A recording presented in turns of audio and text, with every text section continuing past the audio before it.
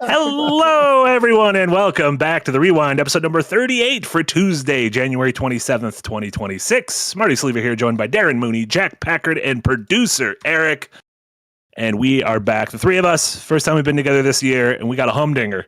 We're talking about the Oscar nominations. The fact that Sinners just busting records. Not only were they busting vampos in that movie, but now they're busting records. They were busting a little more than vampires from a couple of those scenes. He's talking about sex.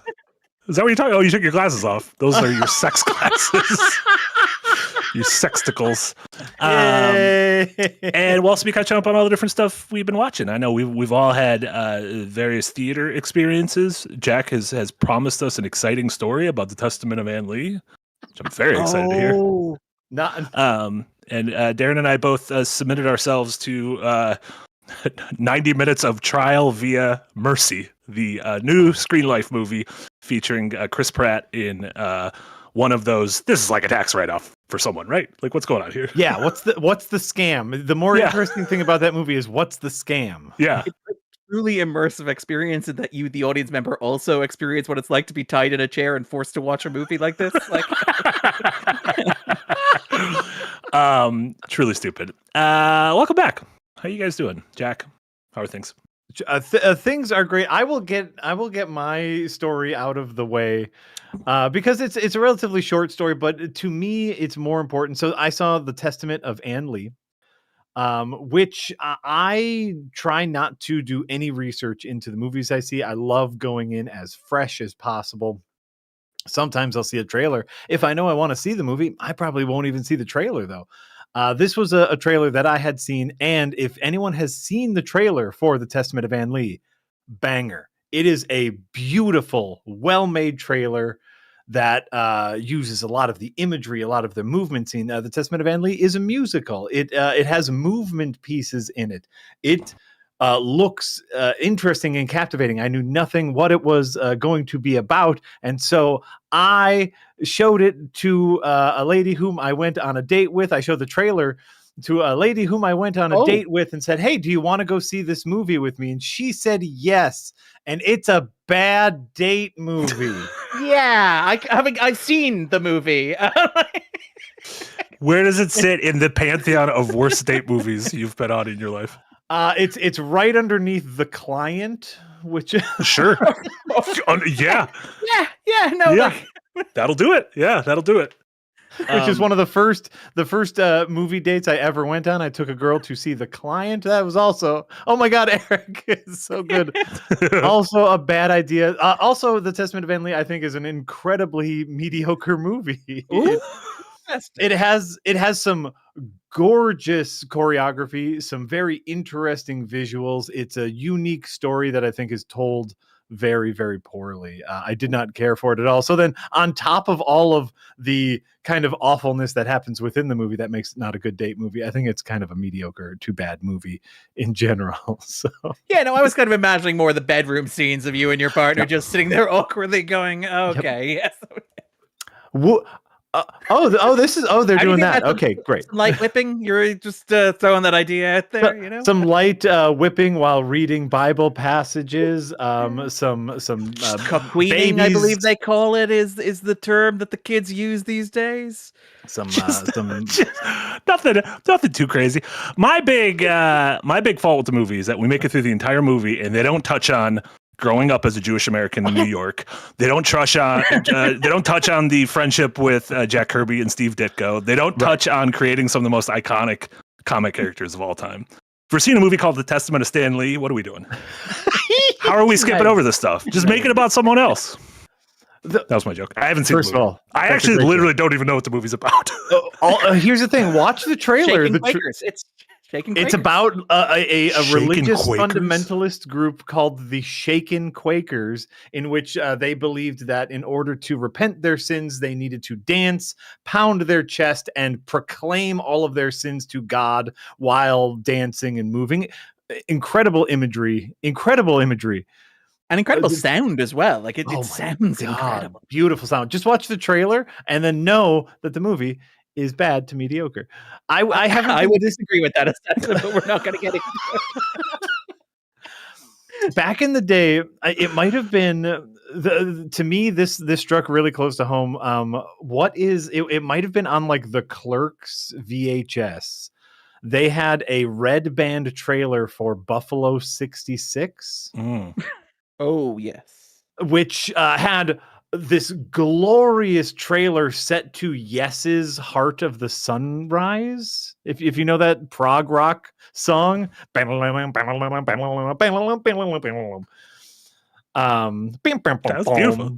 Yeah, you're doing it perfectly. It's like we're we're there. actually It's like we're currently being demonetized because it's too perfect. So by the way, was, this is exactly what the Testament of Manly's like. It's like Jack is basically in the Amanda Seyfried role right now, and myself and Marty are just rapidly going. Anyway, they before watching Clerks, all the times that I watched Clerks growing up, I would watch this red band trailer, which was a wonderful trailer for a movie that I eventually found to be quite boring. And that was my first like, oh, they lie to you kind of moments. And the trailer for the Testament of Anne is too good. They lied to us. But Eric with a big update: Buffalo 66 free on Tubi.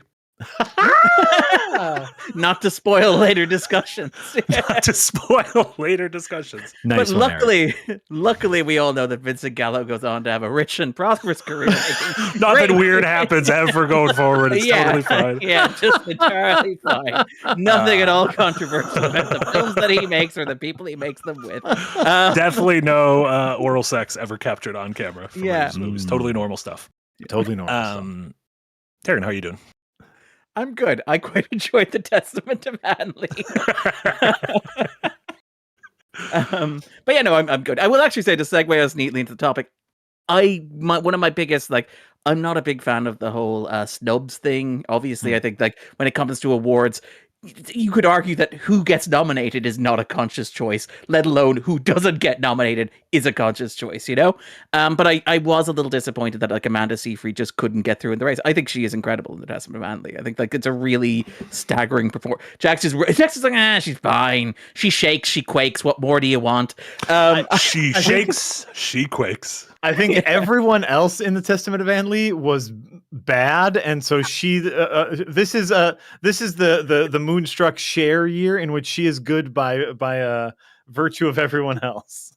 She just not like period costumes or something like. I thought that a lot of the acting was genuinely bad. Yes. Okay. Well, this weekend I'm going to go to my double feature of The Testament of Anne Lee and Send Help just to see how my Mean Girls are doing. Oh, I want to see how my Mean Girls are doing. This weekend, is it? It comes out this Friday, I believe. Yeah. Oh my God! Yes. Yeah. Have you got a chance to see that yet, Darren? I know you're a big Raimi fan. I'm seeing it next Tuesday at the Irish premiere, so I'll be behind Nice. you guys. That's interesting. Okay. Oh. What are they running from in Irish cinemas? Are they running from the fucking Roy Keane movie? Anyway, sorry. Yeah, there's like nothing. Like, what is it? Why do you have to release it a week later?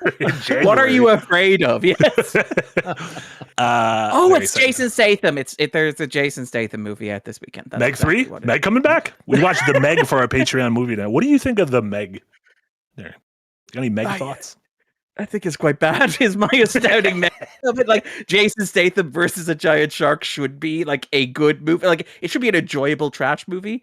I remember it being in that wave of not great shark movies. To the point where, like, to Jack's point, The Shallows starring Blake Lively felt like the Amanda Seyfried among that cast of like shark movies. Yes. Beautiful metaphor transplant. I love it. Yeah. Shout out to the Meg. But yeah, Darren, you did a wonderful segue that we derailed, but now we're back railed to talk about the Academy Award nominations that came out last week. The big news stemming from that being that Sinners set a record with 16 nominations, and I think surpassing the 14 that a few movies held prior to that. Like, what was it, Titanic and... All About Eve is the big one for the 1950s, which is when that record was set. And the thing about it is, right, obviously there are more awards now in theory, so it should theoretically be easier. The big one is cast, for example. But even if you discount the addition of the cast Oscar, it still gets clear on 15, which is incredible. Yeah. Casting, this is the first year that Best Casting is a Best Cast or Best Casting. I don't know exactly how Best Casting. Best Casting. I think we all know it's Best Casted. But it is best casting. It is the process of casting. That was a big point of discussion in the nominees. Do we want to use the past tense, the present tense, or future tense?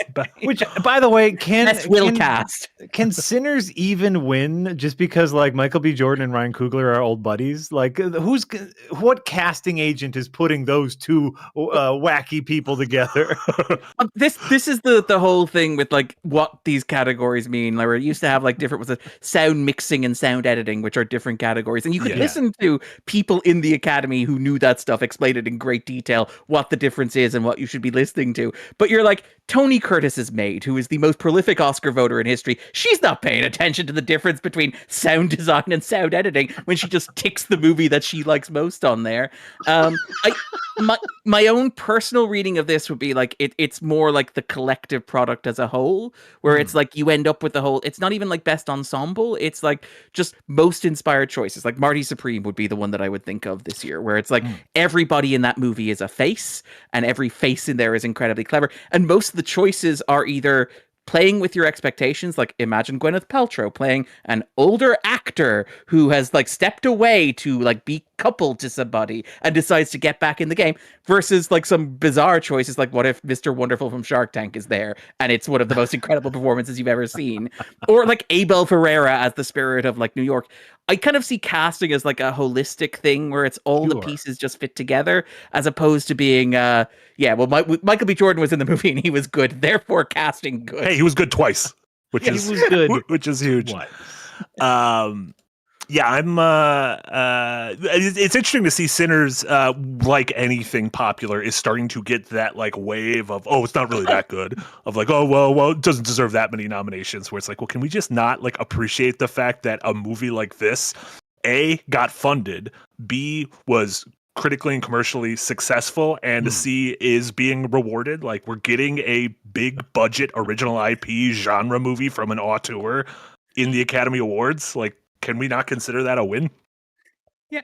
I mean, it happens every year with everything. Like, and this is the thing. It's kind of like you kind of feel sorry for, you don't feel sorry for the movies that are like strong enough to withstand it, like Sinners or One Battle, where like people are going to chip away at that. And over the time, those criticisms will just wash away because the movies themselves will stand for the testament of time. And when you are showing these to your children and saying, this is what you should have seen instead of like the Testament of Anne Lee or whatever, like the generations will experience that firsthand. The movies I feel sorry for are like the ones that aren't strong enough to withstand that. Like Coda is like the one I think of, where like Coda is, to my mind, a perfectly fine, charming, sweet little movie. But the moment that it wins Best Picture, it just becomes this adorable little puppy which people charge towards with mallets. Yeah. Even though, like, to me, it's just like a really nice movie that my mom enjoyed. And I'm like, that's great. My mom likes movies. That's wonderful.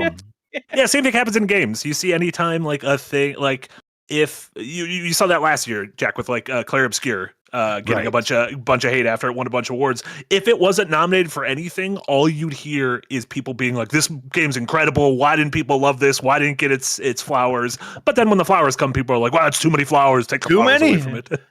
But also, like, you're right. We did have like a big wave of, is the Academy going to snub Sinners? Like, is the Academy going to like turn its nose up at Sinners because it's about vampires, because it's a genre film, because it's a horror movie, because it's a blockbuster, because it is predominantly African American? Like, is the Academy going to do what it has historically done and ignore a movie that deserves to be recognized because of that? And it's so wild that we go from the Goldilocks thing of not recognizing it at all to recognizing it too much. And I guarantee you, I would be very surprised if the movie walks away with 0 wins with 16 nominations. I think it's probably going to close on 2 or 3 wins. But if it doesn't win any of the major above the line awards, there's going to be a right swing back to, damn, the Academy didn't recognize how great Sinners was.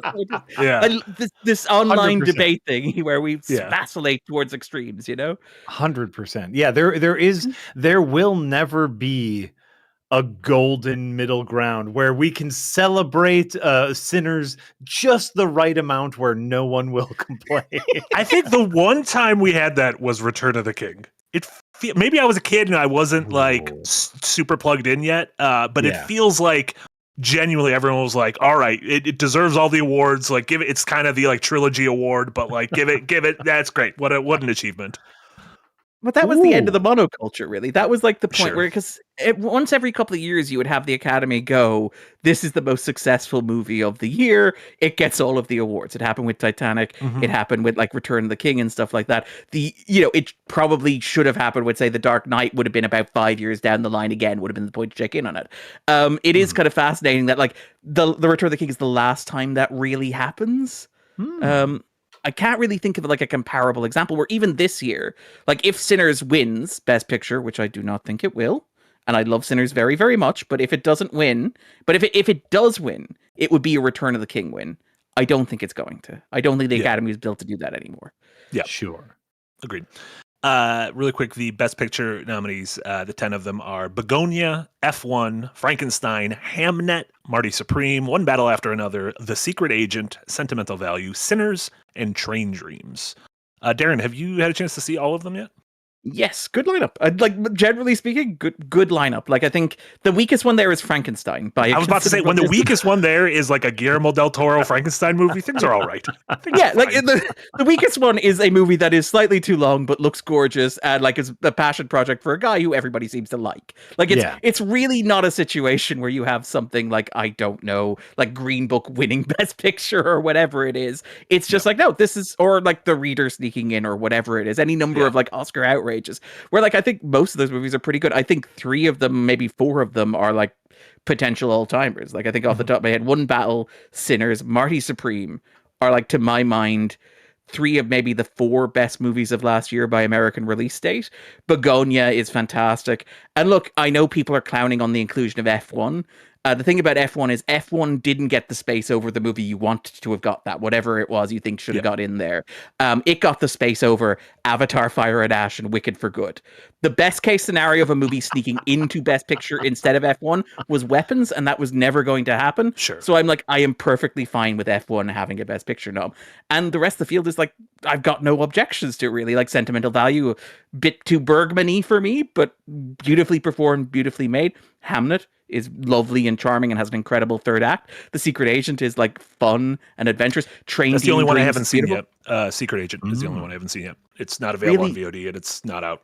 Or I don't think it's been out in theaters here.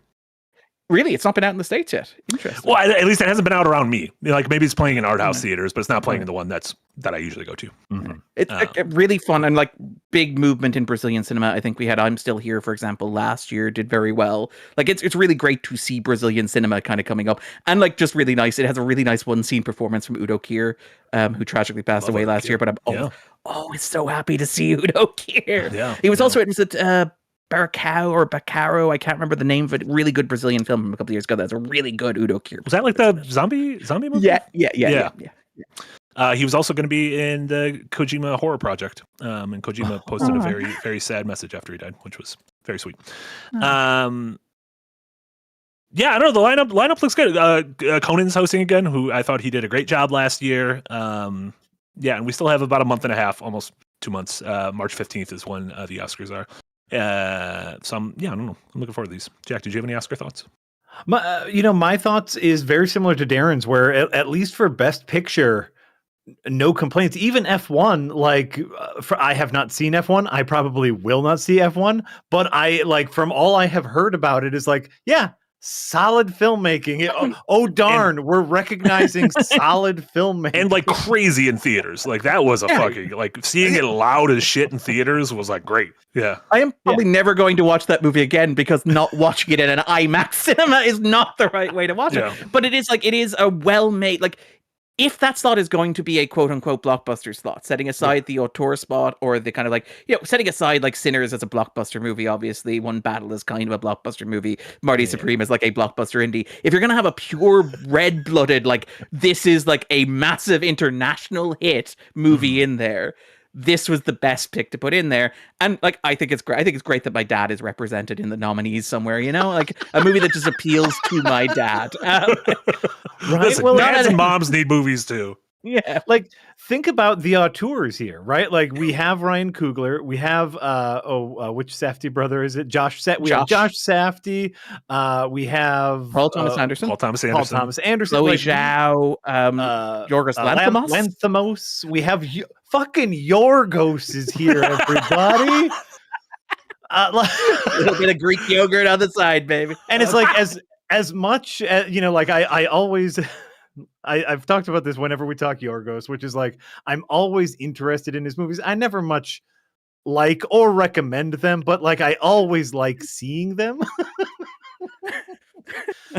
It's that little bit of fuck around cinema that like we need to keep spurring on. And so it's like we are getting auteurs, we're getting original ideas. This to me is all of a win, except for, of course, my favorite Weapons was woefully misrepresented, except Shanice is nominated for Best Supporting Actress. One of the favorites in the category, which is insane to me. Now we need to be careful. We need after the Demi Moore situation last year, we need to be very careful about this. But like, she is one of the favorites in that category, which is completely. If I tell me coming out of that movie that Aunt Gladys is going to be an Oscar nominee, it's insane. One, she should be. So, by the way, I called her Shanice. That is the name of Uncle Buck's girlfriend and Uncle Buck because it is the same actress, Amy Madigan. Just want to make sure for anyone listening. Harris, yes. Oh, I didn't know married Ed Harris. That was supposed to keep that one. I was supposed to say that one out loud. I just really like Ed Harris. I think he's great. I like Ed Harris, where he's starting doing wig work, but not wig work on top because you're so used to being called wig work, like the side and back, which is the best place to do wig work. Sorry, Jack. Oh, very nice. Oh no, and so like for me, my favorite movie of last year is underrepresented. It did get one, so if Amy loses, I'm out again. I'll be crying in a corner, but. Listen, just wait a year and Weapons or Resident Evil will get 17 nominations. We'll have a show 1 year from now talking about how it's the most nominated movie ever. Is it too nominated, we ask, is the question. And the answer is no. If anything, it's underrepresented. Yeah. Next year is going to be Zach Cregger should have 2 slots in Best Director. Right? Yeah, like the 2 campaigns spread. in Resident Evil 2. Think about that. Right. Yeah, and there's some other stuff that probably plays to our audience. K-pop Demon Hunter got nominated for animated movie and will probably win. I'm assuming animated movie also will probably win. Well, I don't know if it'll win best song actually. That and Sinners will have a tough. Sinners, right? Yeah. I mean, it's hard. Like Sinners was the better movie moment. The K-pop Demon Hunter song though is like that's like arguably the song of the year. If anything, in music. If anything, Golden won't win because every Academy voter is sick of hearing their kids play it over and over. On the radio in the car. Yeah. The concern is also the Barbie effect, where it's like Barbie, I think, is very similar to Sinners. Obviously, Sinners is much more successful. I think Sinners is also a much better movie, but it's the populist, crowd-pleasing Warner movie choice that is competing against the more austere, serious, kind of auteur-driven piece, and from an established auteur director. And like what you had with Barbie was. Barbie needs to get something, right? And it's like original song works. Where like I think one of the something's happened. It might be my internet. That's your internet, Jack. You're just babbling to yourself. You gotta stop babbling to yourself, Jack. Something's happening. Not good. It's all coming through. It's all coming through, Jack. Oh no, he's gone. He is. He's frozen. Okay. Well, he had a good run. I like that he's gone in general. But it does feel like, obviously, I think screenplay is like the big contested one. That's the one that like Coogler will probably win to get him on stage, I reckon. I would imagine so, yeah. Win. But if it doesn't go to, like, I can see a lot of people hedging and going song to Sinners, because can you imagine what would happen on the Monday morning if like they did not give Sinners anything? Can you imagine the chaos in the streets? Yeah, 16 and a completely a fucking goose egg. Yeah. Jack, you're back. It was very funny. Wow, that was all right. We were able to hear you just babbling as you were like, "Am I still here? This is Maybe I'm not here. Yeah. Am I even real? Am I even real? You? Is it you? Well, because everyone else was frozen to me, and so I was like, "Well, it might be me, but my internet seems to be working. I'll just keep talking gently into the void." Plato's cave. It's like, as far as I'm aware, there is nothing beyond this, baby. Why does the caged Jack sing? That's beautiful. Darren was just saying what a nightmare it will be if Sinners goes 0-16 the morning after. Like Not gonna happen, to be a clear. true discourse nightmare if it goes 0-16. Jesus Christ! It can't go. It cannot go 0-16. My guess is the Academy has.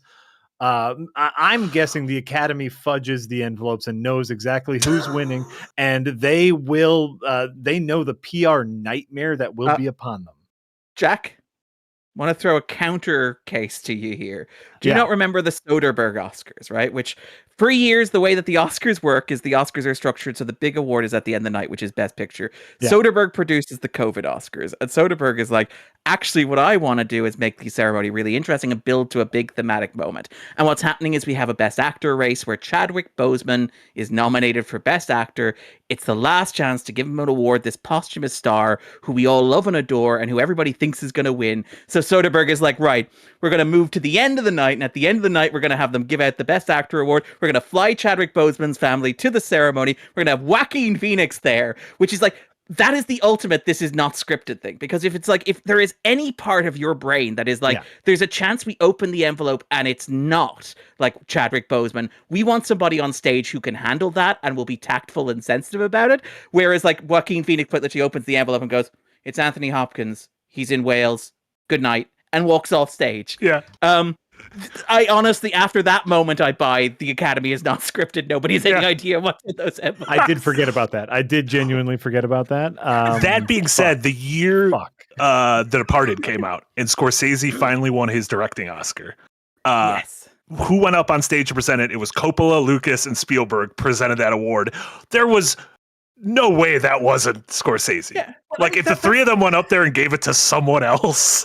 But that was the Chadwick, and it's the same thing with Harrison Ford, I think, giving it to Spielberg for Saving Private Ryan, where it's like, this is an anointing thing, and it's like, you have been chosen and we picked this guy. But like, I do think the Chadwick Boseman thing is overplaying the hand, where it's like, we have a suspicion it's trending in this direction, and there's no way the Academy body would do something crazy like give Anthony Hopkins a second Academy Award. When he didn't even show up. Granted, it was still COVID. That's why I was in the train station, understandably. He was asleep is my favorite detail of that. Like, he wasn't even on live stream. He had to like go on like Good Morning America the following morning and say, thank you for giving me an Oscar, America. Incredibly dumb.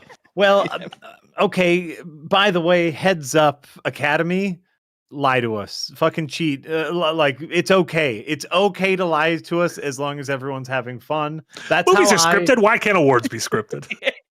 This is how I dungeon master my D&D games. I lie to my players all the time. If it means they're having more fun, lie to us, please. It's beautiful.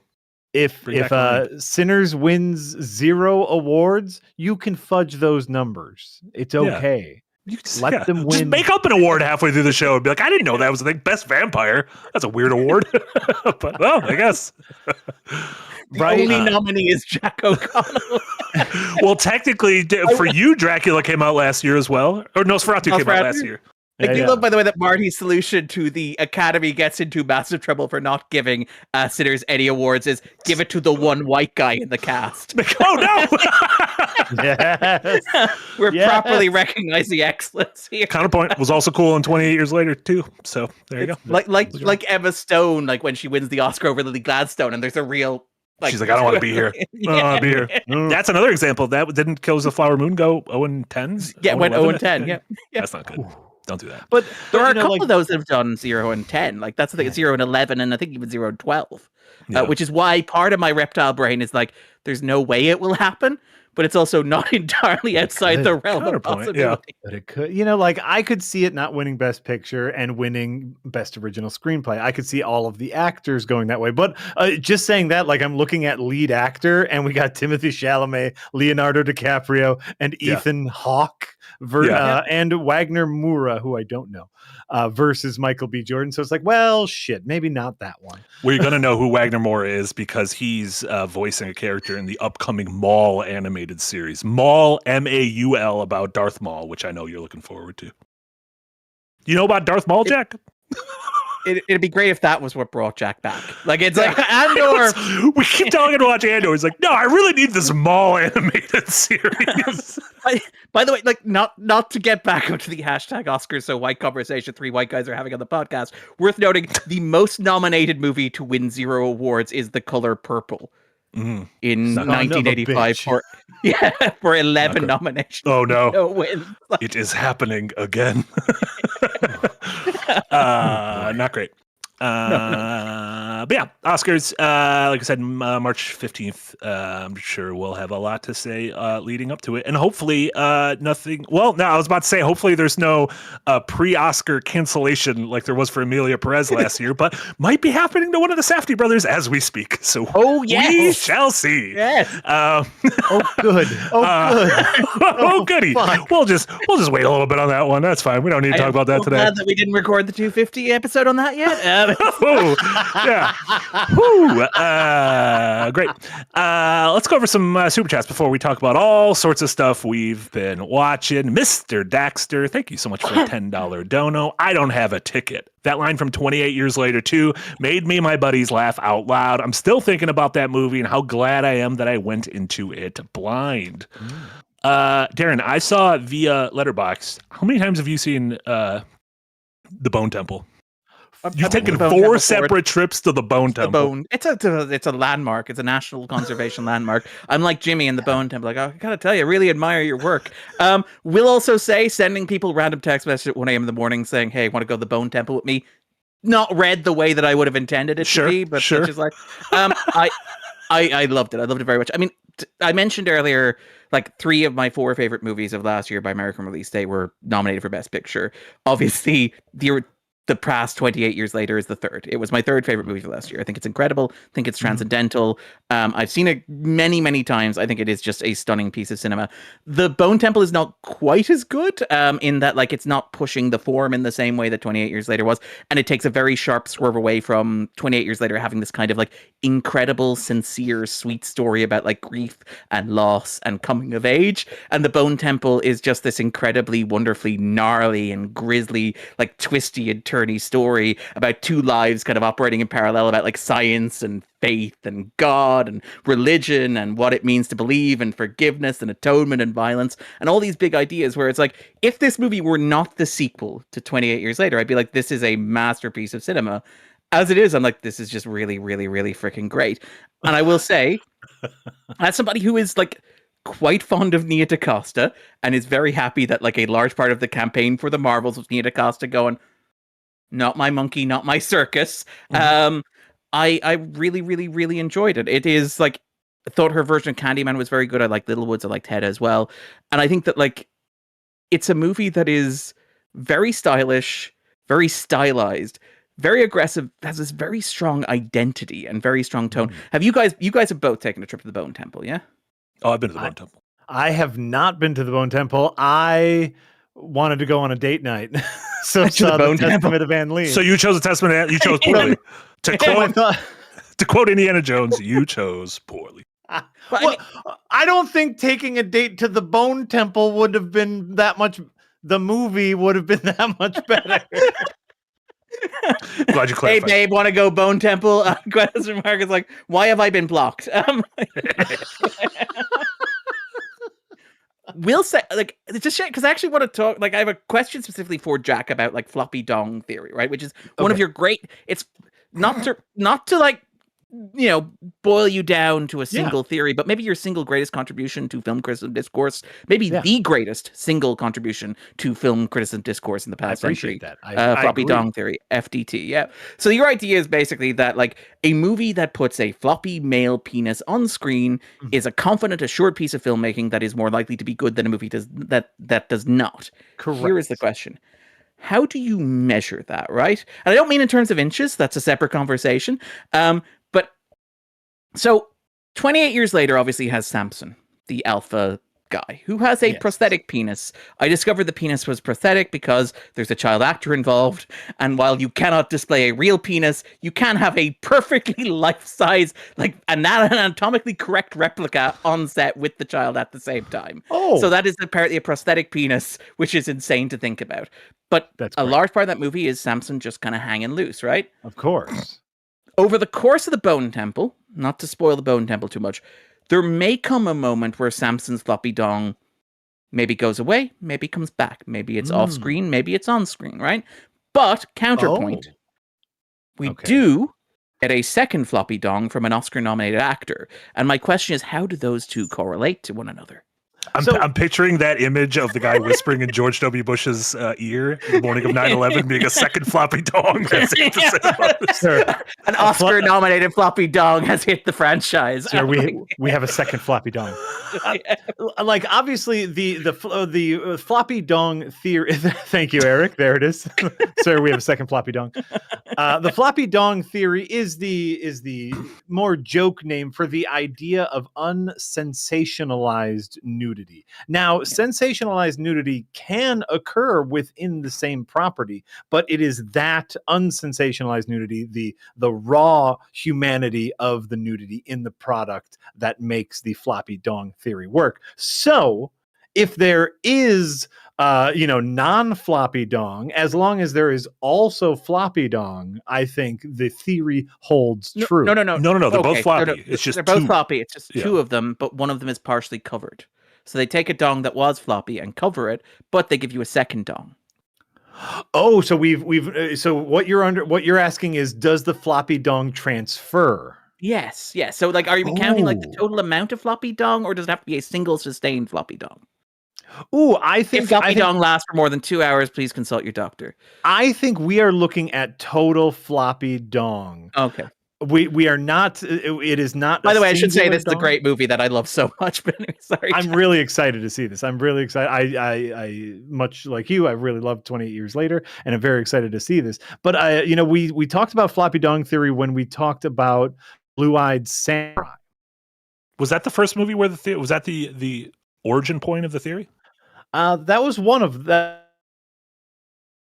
Damn. Floppy dong too strong for Jack's internet. That's it. Big floppy dong came to turn on his Wi-Fi. Just flopped onto the off button there. Yeah. We do need to get him like a Samson like modesty apron at some point, perhaps. A modesty apron. But I love. But what about you, Marty? You've seen it as well, right? So what did you make? I thought I felt very similar to you. Floppy dong. Oh, you're back. You were gone for a while. I feel like Big Floppy Dong tried to censor you, Jack. No, you know who tried to censor me? Little Floppy Dong. Oh, little floppy dog. No, I feel pretty much the exact same as you about the movie. It doesn't reach the enormous highs of 28 Years Later, but for a sequel that came out 6 months after the original, obviously they were filmed, simultaneously, back to back. DaCosta handling this, the second one. I am extremely grateful that it exists. I think, like you said, it is like somehow feels even gnarlier and more raw than 28 Years Later. And despite the fact that it did not perform well at the box office, I am hopeful that they get to wrap up this new trilogy. Yeah, I'm kind of hoping that like obviously Sony have all the money because they made like the $7 billion deal with Netflix to keep funneling movies into them, and they have like Spider-Man coming out later this year, and like. Sure. Much like the kind of Jurassic Park movies at Universal or whatever, or Minecraft at Warner's, it's like those are evils that I tolerate because they allow you to do things like greenlight one battle after another, or like Sinners, which makes its money back, obviously, or the Mickey 17, or this, where it's like, this is a rounding error on the grand like Sony spreadsheet. Give me the third one. Give me the third one so much. Want to shout out, we haven't mentioned them, but like Jack O'Connell and Ralph Fiennes are incredible in that movie.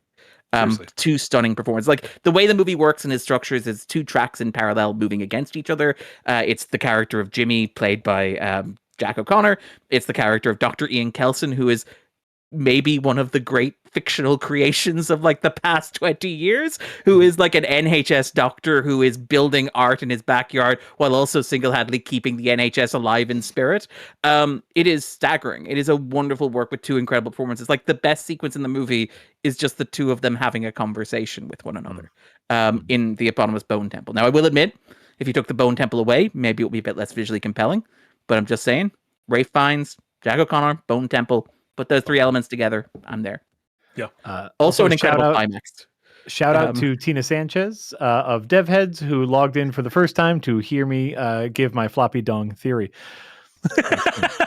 I like by the way that implies that like it was like a Independence Day type situation where like everybody was just working and like grabbed each other. We're like, we got to get to the radio. He's saying it. He's giving the speech. Like, around the world, people are like putting down their headphones, looking up from work, listening to floppy dong theory. My floppy dong theory is very important to me because most of my like film watching career has been watching exploitation, has been watching the over sexualization of nudity, the sensationalization of women in particular. And so when we see unsexualized, unsensationalized nudity, it is a big deal for me. Yeah. So, I believe male nudity as well. Male nudity as well. The double standard that exists. On a week or two ago on Hot Ones, Jason Segel was on, and Sean Evans asked him about him going full frontal nudity in like 5 minutes into Forgetting Sarah Marshall, and he talks about how he went to the premiere with his mom and dad, and he sat between the two of them. And he didn't tell them this is going to happen, and he was like, "This is going to be so funny when it happens." And the scene happens, and there's full frontal nudity for him, and he turns over and his mom's crying and she's like, "Why would you do this to me?" And he's like, "I thought this was going to be funny." And then he said she sent a group email to his entire family saying, "We saw the movie, it is very good, but I have to tell you, Jason for some reason is fully nude in the movie, but it's not gratuitous, so I think you should all see it." Right? Yeah. I like plot relevant nudity. I like that. Yeah, plot relevant nudity. Yeah. Exactly. Super chat number 2. 13 minutes later. I set the timer on that one. Easy peasy, lemon squeezy with a $10 dono. Thank you so much, Easy Peasy. Interesting that as the Academy Awards are nominating more interesting movies like Sinners, more foreign films, etc., that they're moving off broadcast TV and less people care about them. Too little, too late. The news is they're going to start airing on YouTube in a few years. Is that right? Yeah, like they're not going to be airing on terrestrial on television anymore. They're going to be on YouTube, which honestly might, despite the fact that YouTube is kind of like the antithesis of the movie, the theatrical experience, might make more sense for like that's just kind of where people consume things now. Like that's the new TV. That to me, like this is a nothing story because that's where people watch things now. Yeah, great. Well, I mean, it's funny that we see stuff like this moving to YouTube, and then now we are seeing more and more podcasts move to Netflix. Like the Ringer podcasts are now on Netflix, and I'm like, what is happening? That's because Netflix has realized they're no longer competing with Disney or Warner Brothers or Sony. They're competing with YouTube. That's the thing. Yeah.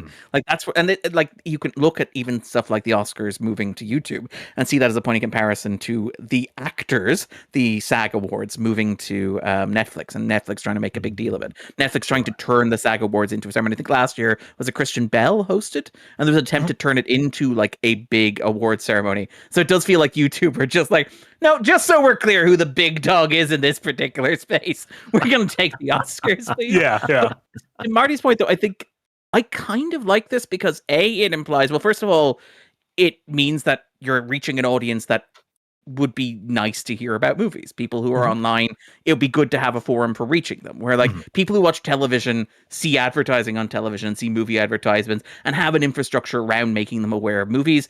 Being online, it's nice to have the industry meet people where they are in a real way. Second of all, it's really cool to have all the archive stuff on there. Presumably, the Academy being on YouTube means more Academy archive stuff being on YouTube. And then third of all is like, presumably this means no more shoving crap into the commercial breaks. Just put all the awards in the ceremony so that you can see like Tom Cruise get his Oscar at the Oscars, which is like what the appeal of giving him an Oscar is. And theoretically, you wouldn't need to play anyone off, right? Like, it's just this is on you. I guess the venue space is still a thing. You rent a venue for a certain amount of time, and they have their own theater. Like, isn't it at the Academy Theater, the Kodak Theater? Yeah. Yeah. Oh, sure. But most people, like most people who consume the Oscars, like most people who watch Saturday Night Live or The Daily Show, watch it the next day in clip format. Sure. Yeah. Yeah. So why not just start there? Yeah. Yeah. Like you'll have the live stream, but you'll have all the clips and the short form videos and the vertical video. And the Oscar is designed for vertical video. You could tell that somebody at the Academy was like, that's a good fit. Like, look at how one of these days. Yeah, 98 years ago. Yeah. Yeah. That's good. Super chat number 3. I'm gonna stop counting them. Also, because at a certain point, I'm just gonna forget what number it is very quickly. Jeffrey of Monmouth. A little bit. Yeah, Jeffrey of Monmouth. Thank you so much for a $2 dono. I am begging Rebecca Ferguson to get a better agent that gets us to Mercy. Perfect. As if you needed help getting to Mercy. As if we needed help getting to Mercy. Jack, I'm assuming you didn't have a chance to see Mercy. Did he freeze? Oh my God! The Mercy system got him. Oh no! Or he's just being very deadpan. I do like no, he's that Mercy was the third choice. Like Mercy was like Testament of Adley, Bone Temple, Mercy. Those are the options. You're back. Welcome back, Jack. I'm assuming you didn't get a chance to see Mercy. Is happening to my internet. It is dang ass cold here in Milwaukee, so I can only assume it is freezing all of the tubes. I chose not to see Mercy. I had an opportunity to see Mercy last night, and I said to myself, I know this is going to be bad. I think I'm going to stay home and watch a better movie instead. So I did. I like the way that you frame that. It's like, I had an opportunity, one that doesn't come along often in life. I was walking down the street and Chris Pratt came up to me, big man, tall man, tears in his eyes, and like, come see my movie. Like, please.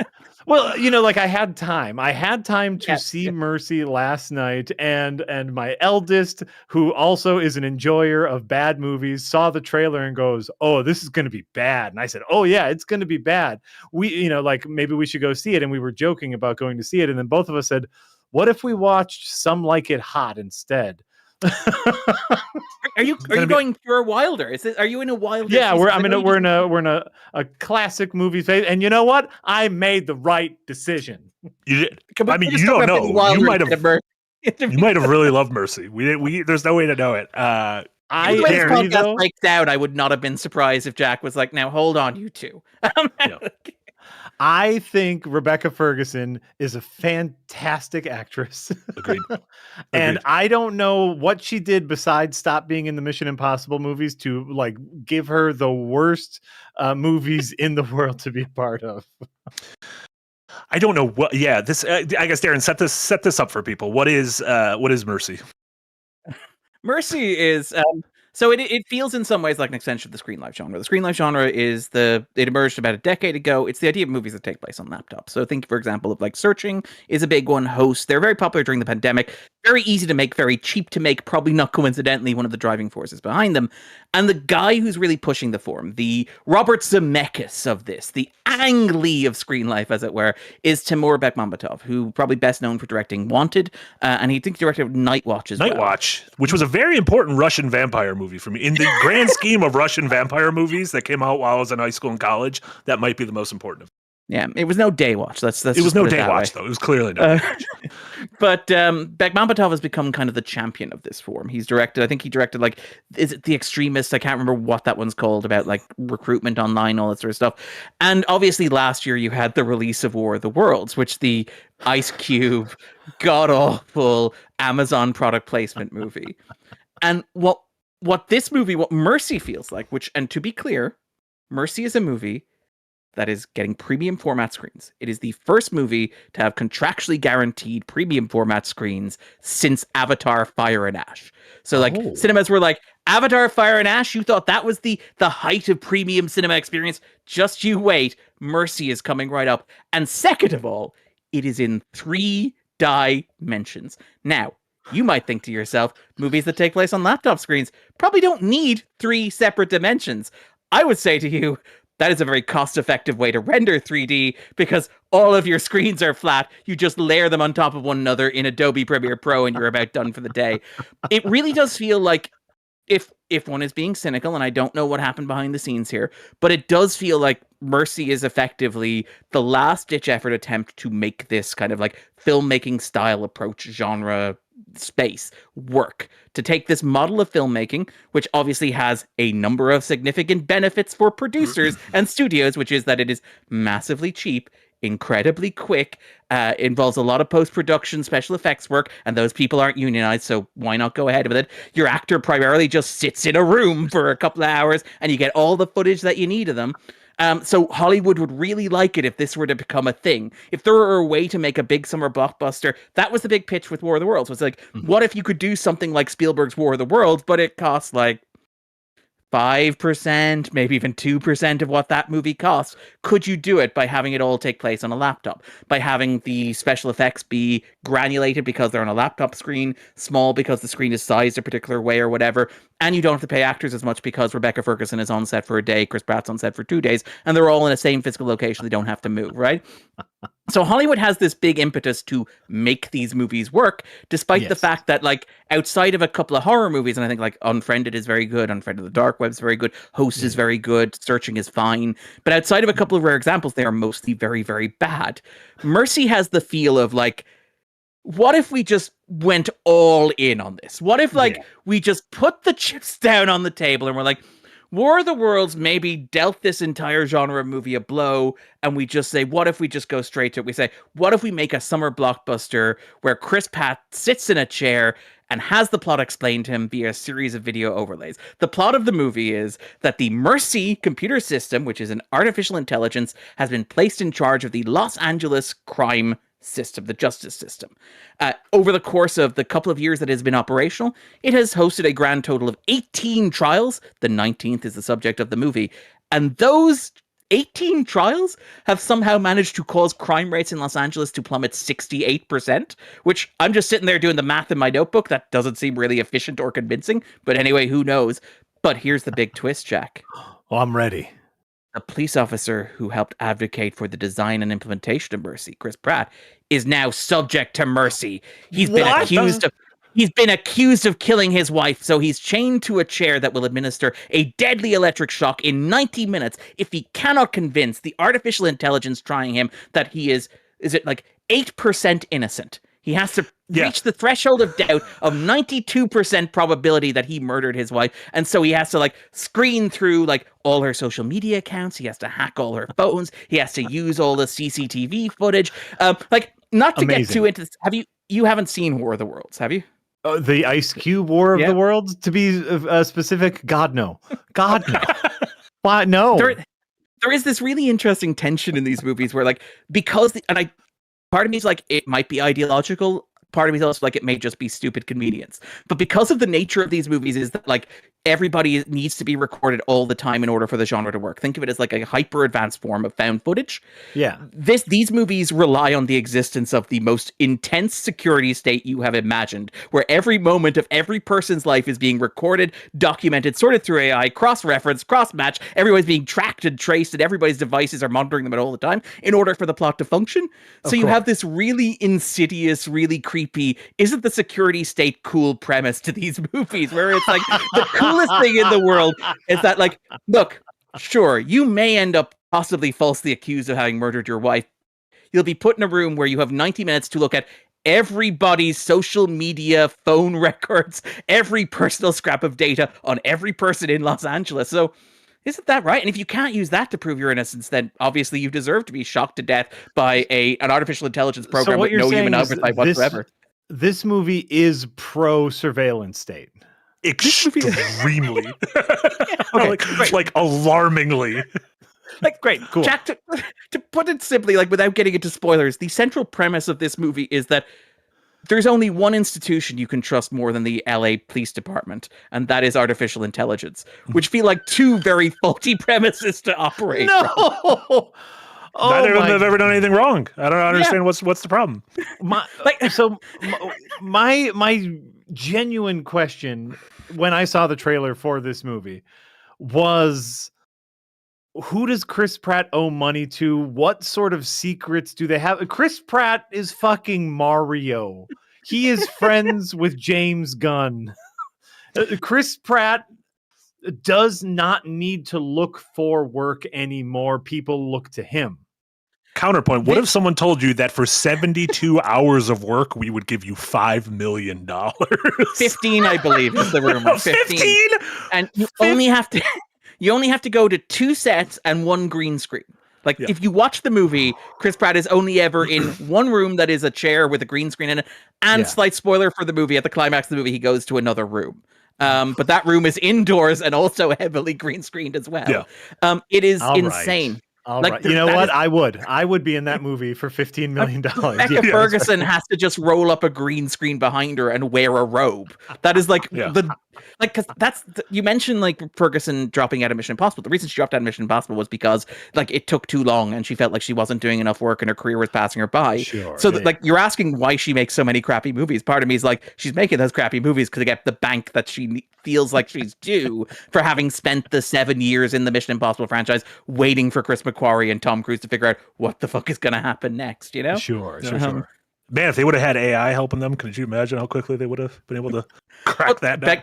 Bekmambetov is pro AI, unsurprisingly. Have a watch this up. Like here, the thing that is most shocking about Mercy, and this is a very minor spoiler for the movie, is that like you hear the premise of the movie, which is that like the artificial intelligence is like been set up and has been granted unlimited power and has no human oversight whatsoever, and is now putting people on trial and killing them and is relentlessly efficient and effective about it and has not been wrong to this point. And you're like, that is a really efficient premise for a movie where I know exactly how that movie's going to play out. Obviously, the computer is evil, or it's been programmed with systemic bias, or it's just gone awry, or it's a paperclip machine, or whatever, right? There's going to be some twist in here about how maybe we shouldn't outsource justice to a computer that we do not understand.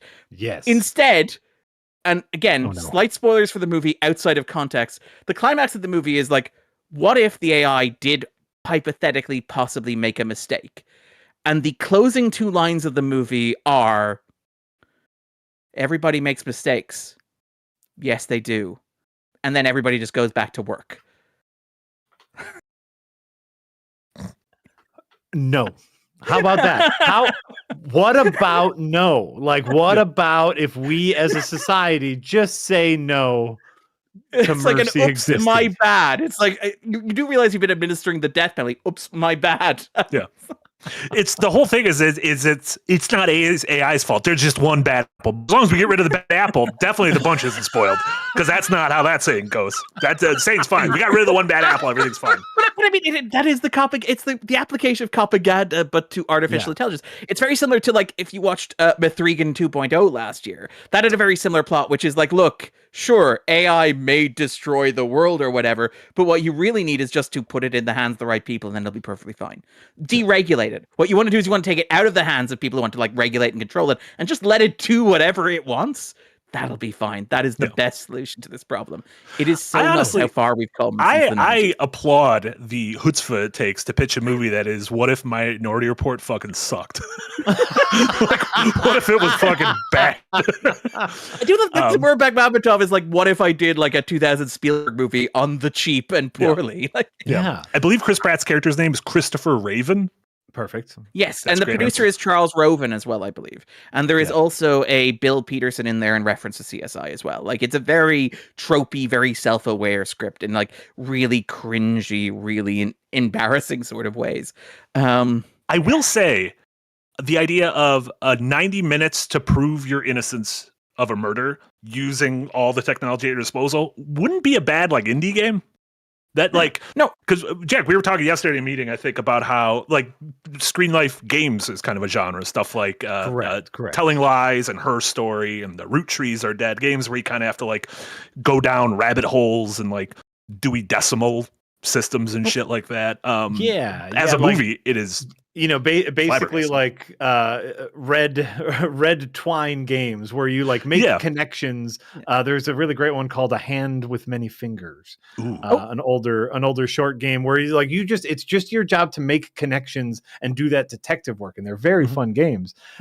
There are, I'm sure we could rattle off at least a dozen movies with a very similar premise to Mercy that work because they had actors do things in scenes with other actors. But like, to Marty's point, like there is a point that feels very video gamey where he's tapping on the screen and he is making the connections and he's like, play this footage here or whatever. And like the judge played by Rebecca Ferguson gives him hints because she's a good guy, where she's like, you forgot about this other plot twist. You were following this other thread in this direction. It seems to have led you to a dead end. Maybe you should go back and start investigating this other thing. By the way, again, minor spoiler for the film Mercy. It's worth noting, by the way, that the plot hinges on synthetic urea. So they are very literally taking the piss with this movie. Yes. I like it. It also features it cuts back a few times to a news anchor. That anchor is played by the exact guy who played Perd Hapley on Parks and Rec, which I assume was because of Chris Pratt, but he's such a goof on Parks and Rec. He's the guy like, you heard with Perd, I'm here talking to my interviewee, and he's supposed to be like a serious guy like talking about a murder, and I'm like, you shouldn't have cast him. You should have cast literally anyone else except for him. But yeah, movie bad. I think we recommend don't go see Mercy. You don't need to go see Mercy. I think you and I both saw it alone, right? In these gigantic literally alone. I saw two movies alone. 2 movies in a row, 2 nights in a row alone. And let me tell you, Return to Silent Hill, which was very bad, was the better of the 2 movies. So that's good. At least. No, I arrived late to my screening of like there's my by the way, there's my ticket stub. I provided that to Eric earlier. That is my booking. That is what the cinema was like when I arrived. Are you I'm the one left yes. of the center? You go left to center. You don't go center? I like it in the aisle because that way then if the film, I was thinking the film might get crowded is what I was thinking. And boy, was I wrong. But I'm like, yeah, if you go in the wings, there's less crowding there. I did move to the center once the film started and there was like, no, but there I am all by myself. We need to play some sad music all by myself. I went to a screening of like, is this thing on? A preview screening of like Bradley Cooper's this thing on. We'll say Bradley Cooper is in fact Balls. The Irish audience was all in on Bradley Cooper as Balls and is this thing on. And it was like an incredible experience going from that packed cinema upstairs to the gigantic IMAX screen as the trailers were rolling, walking inside going, this is completely empty. Like, if I didn't show up, some poor bastard had just hit play on like the projector and like gone about the 20 other things you have to do when you run a cinema that large. Yeah. And it's just like, if Mercy plays and no one's in the cinema, does it make a sound, you know? I think the important thing that we need to do as a society is remind Chris Pratt that he did this movie at all cost. I think, like I'm not gonna judge. I'm not gonna judge someone who took a paycheck for an easy day's work. I've been a freelancer before. I've done some easy work in my time, but I also every once in a while need to be reminded of that. What is really interesting about like the Chris Pratt thing is that like, obviously, there is no shared perception of the character because the character is just like a cipher for this sort of stuff. But every like 2 or 3 cuts, like Chris Pratt will be like, I should probably do some acting here, where he'll be like enhance, and he'll like furrow his brow really intensely. So you could tell that he's really emotionally present in the scene.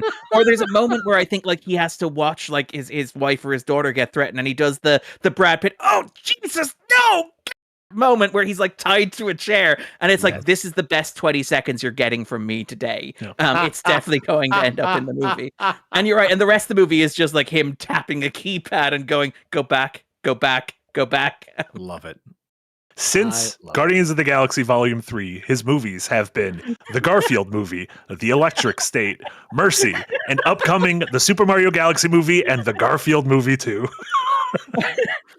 And I like that Jack implies that this is some sort of stain on that otherwise perfect record. The Electric State, which was incredibly bad, which was wonderfully bad. Like not even pro AI movie, by the way. Another pro AI movie, not even wonderfully bad, just boringly bad. I can understand seeing like a rough script and concept art for that and getting on board. and being like, "Oh my god, this is beautiful imagery." Oh, Okay, because this it's literally based on like gorgeous concept art, right? Of course, it's based on that and so book. Yeah, I'm not gonna poo-poo anyone for being part of that movie because I bet they were sold on a very different movie. I think he was sold on this movie because it was an easy paycheck. And I'm not saying that's a bad thing, but what I'm saying is later in his career, when he tries to be a serious actor, we need to remind him he did this shit. I'm not the world's greatest. I'm not the biggest Chris Pratt fan in the world, but also have some dignity and make a movie like this that just goes either straight to streaming or goes into like, straight to DVD, one of those Right. things. Don't make a movie that takes up IMAX screens. What are we doing? This is Pushes rude. Big Jim out as well, by the way. It's like you're pushing the wonderful- Bone Temple out of more screens. Get out of here. I can't believe it was in IMAX and 3D for you. I genuinely can't believe that. Like, this was the big thing. Like, as I was aware of this, like, because obviously I am a terrible person with terrible taste who cares about trash movies. I was aware of this movie from like the moment that War of the Worlds arrived, where it's like, oh yeah, this is the death of an entire genre of film. But yeah, from the outset, the trailers are all like, see it in IMAX 3D, and they include the one shot of like Los Angeles getting blown up, which, slight spoiler for the movie, is not actually what happens in the movie. But it's like the one shot that like maybe justifies having an IMAX experience, because the rest of the movie is like, as you would expect, people holding the phone awkwardly, incredibly close to their face. Truly ridiculous. It is a very Mercy bad movie. in theaters now, will probably be on VOD by the end of this sentence. Don't watch it. But you'll never be able to see it in 3D again, Marty. I can't imagine getting like a Blu-ray, a 3D Blu-ray. Just pull out your little 3D glass, those like red and blue glasses, and put them on. Whatever. What the fuck is that? Why do you have Resident Evil Afterlife 3D? Why do you? What is going on? Why do you have that? You're making worse decisions than. Still wrapped in plastic, Marty. It was still... No, it literally arrived today. Like, I like to make it sound like Twin Peaks. She's wrapped in plastic. She's dead, wrapped in plastic. For people listening, Darren held up a 4K 3D Blu-ray of Resident Evil: Afterlife. The Mila Jovovich? Because I inherited like by the way, my dad is still alive. I said I inherited from my dad. My dad is still alive, to be clear. I inherited a 3D TV from my dad when he got a bigger TV. So I like watching 3D movies in there. But the problem is that like nobody makes 3D discs anymore. So I now have un Samuel Herrada present haute definition Mila Jovovich in Resident Evil Afterlife, because the French appreciate true cinema. That is true. Yeah. I apologize. That premiered. That won the Palme d'Or the year it came out.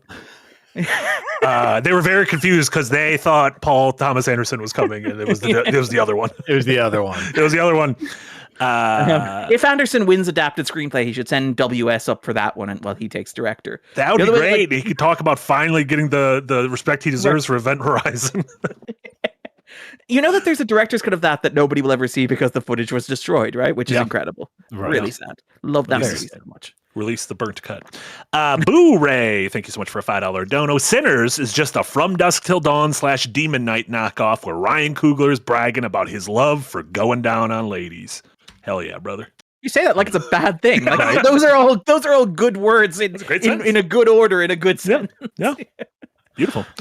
Double Fingers. Ryan Coogler satisfies his wife. Ew. Oh, and he made a genre movie. Gross. I do love how like honestly one of the through lines of that movie is, by the way, oral sex is fantastic. What's your grad thesis statement? Well, it's about how African American artists have been exploited across the history of the United States. A profound statement on late stage capitalism and the joys of eating pussy. And it's like, wait, damn it, I'm sorry, Ryan. What was this? I was with you at first. What was the second half of that? I think you cut out a little. Just got to clarify for the quote. Double the Fingers with a €5 dono. Darren's so lucky that he's so damn charming. Otherwise, the relentless punnery might get grating. Oh, who am I kidding? It's the puns that make the charm. Thank you. There you go. Congrats. We're just cruising through these now. I'm very proud of us. None of these are taking us on like 20-minute tangents. We just had a nice, quick oral sex sidebar, and then we got right back on the highway. It was wonderful. Feeble Cursed One, thank you so much for $2 dono. Welcome back, Darren. Not the same without you. Agreed. I think you guys traded up last week, to be honest with Jenna. It was wonderful. a really fun, incredible discussion. Like, and she was quite right that like it was probably a good idea to have a non-straight woman, have a woman in general, but to have a queer woman in particular on there for that episode. And she represented views that were quite close to my own, so I don't feel like the "we like pluribus" section of the audience was left out there, underrepresented. Pure Pyro, thank you so much Feel for how I €2 feel. donut. Yeah. Thoughts on Kitty Green's 2 feature films? I don't know who Kitty Green That's is. The Assistant and the hotel. I can't remember what the name of the hotel one is in The Australia. Royal Hotel. The Royal Hotel. That's what I saw The Assistant. I did not see the Royal Hotel. Both very good, both really interesting. Like we've talked about, like genre, both really interesting because they are both like Me Too movies. They're about women in dangerous positions. The Assistant is effectively the Harvey Weinstein movie. It is, to my mind, one of the best Me Too movies in that it is a story of a woman who exists as an assistant to a producer who is kept entirely off screen, but who is very obviously Harvey Weinstein coded and doing the stuff that Weinstein was doing. And it explores her complicity and her enabling of him. And he's treated almost kind of like a Frankenstein's monster, where you like will see his hand or you'll see his silhouette or you'll hear him, but you won't ever get to see him head on because he's like so evil. And it's just, it's really, really, really incredible. I think they're both very good movies, and they're both really interesting because, you know, we talked about like Sinners being a genre movie.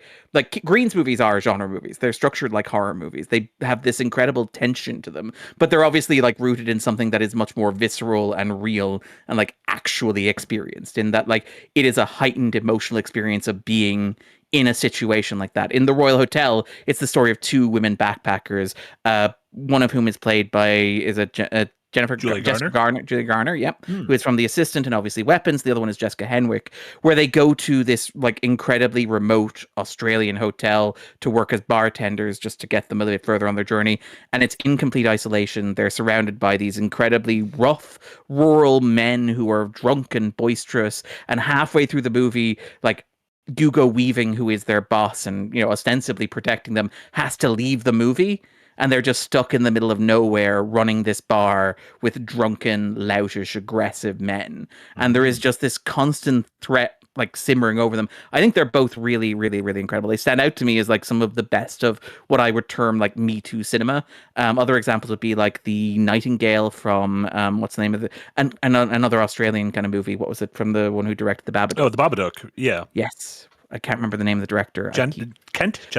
Yes, Jennifer Kent. That's exactly what it is. Where like it takes the theory of like the Me Too, the experience of like being a woman. I love that, like, I'm a man saying it takes the experience of being a woman, obviously, but it tries to relate something about the experience of being a woman in the company of men to a certain extent, and translating that through the prism of genre cinema in a way that is like some of the most unsettling stuff I've ever seen. So yeah, I would recommend. Write about this movie, or did you see it did you write about it in your con diary? Like, I did not see this movie, but all of this feels familiar to me. I wrote about The Nightingale. The Nightingale is like a movie that I think I recommend. Okay, I've seen that, but Royal Hotel, I don't know. Okay. I didn't see this, but everything you just said about the plot felt familiar. Coming back. I don't know. Yeah, but recommend both. I think they're both incredible movies. They're obviously not like uppers. They're not like movies where you're like sit down with a beer and a packet of popcorn, like let's go. Sure. They're incredibly well made. They're incredibly well crafted. They are deeply unsettling, and they have really stayed with me. The fact that I was able to rattle off both of those, like just from memory, speaks to like how much they stay with me. Really like both of them. I think they're both incredible. Absolutely. Okay, we'll get back to the rest of Super Chats in a little bit, but let's talk about the other stuff we've been watching. Jack, what have you been watching? I've been watching things. I have to look up my list because I forget stuff constantly. Let's see here. Ironic, because one of the things you watched was Memento. You got to start tattooing these movies on your arm. That's right. So for the first time in literal ages, Moonstruck, which is just an obvious. Like, I'm not going to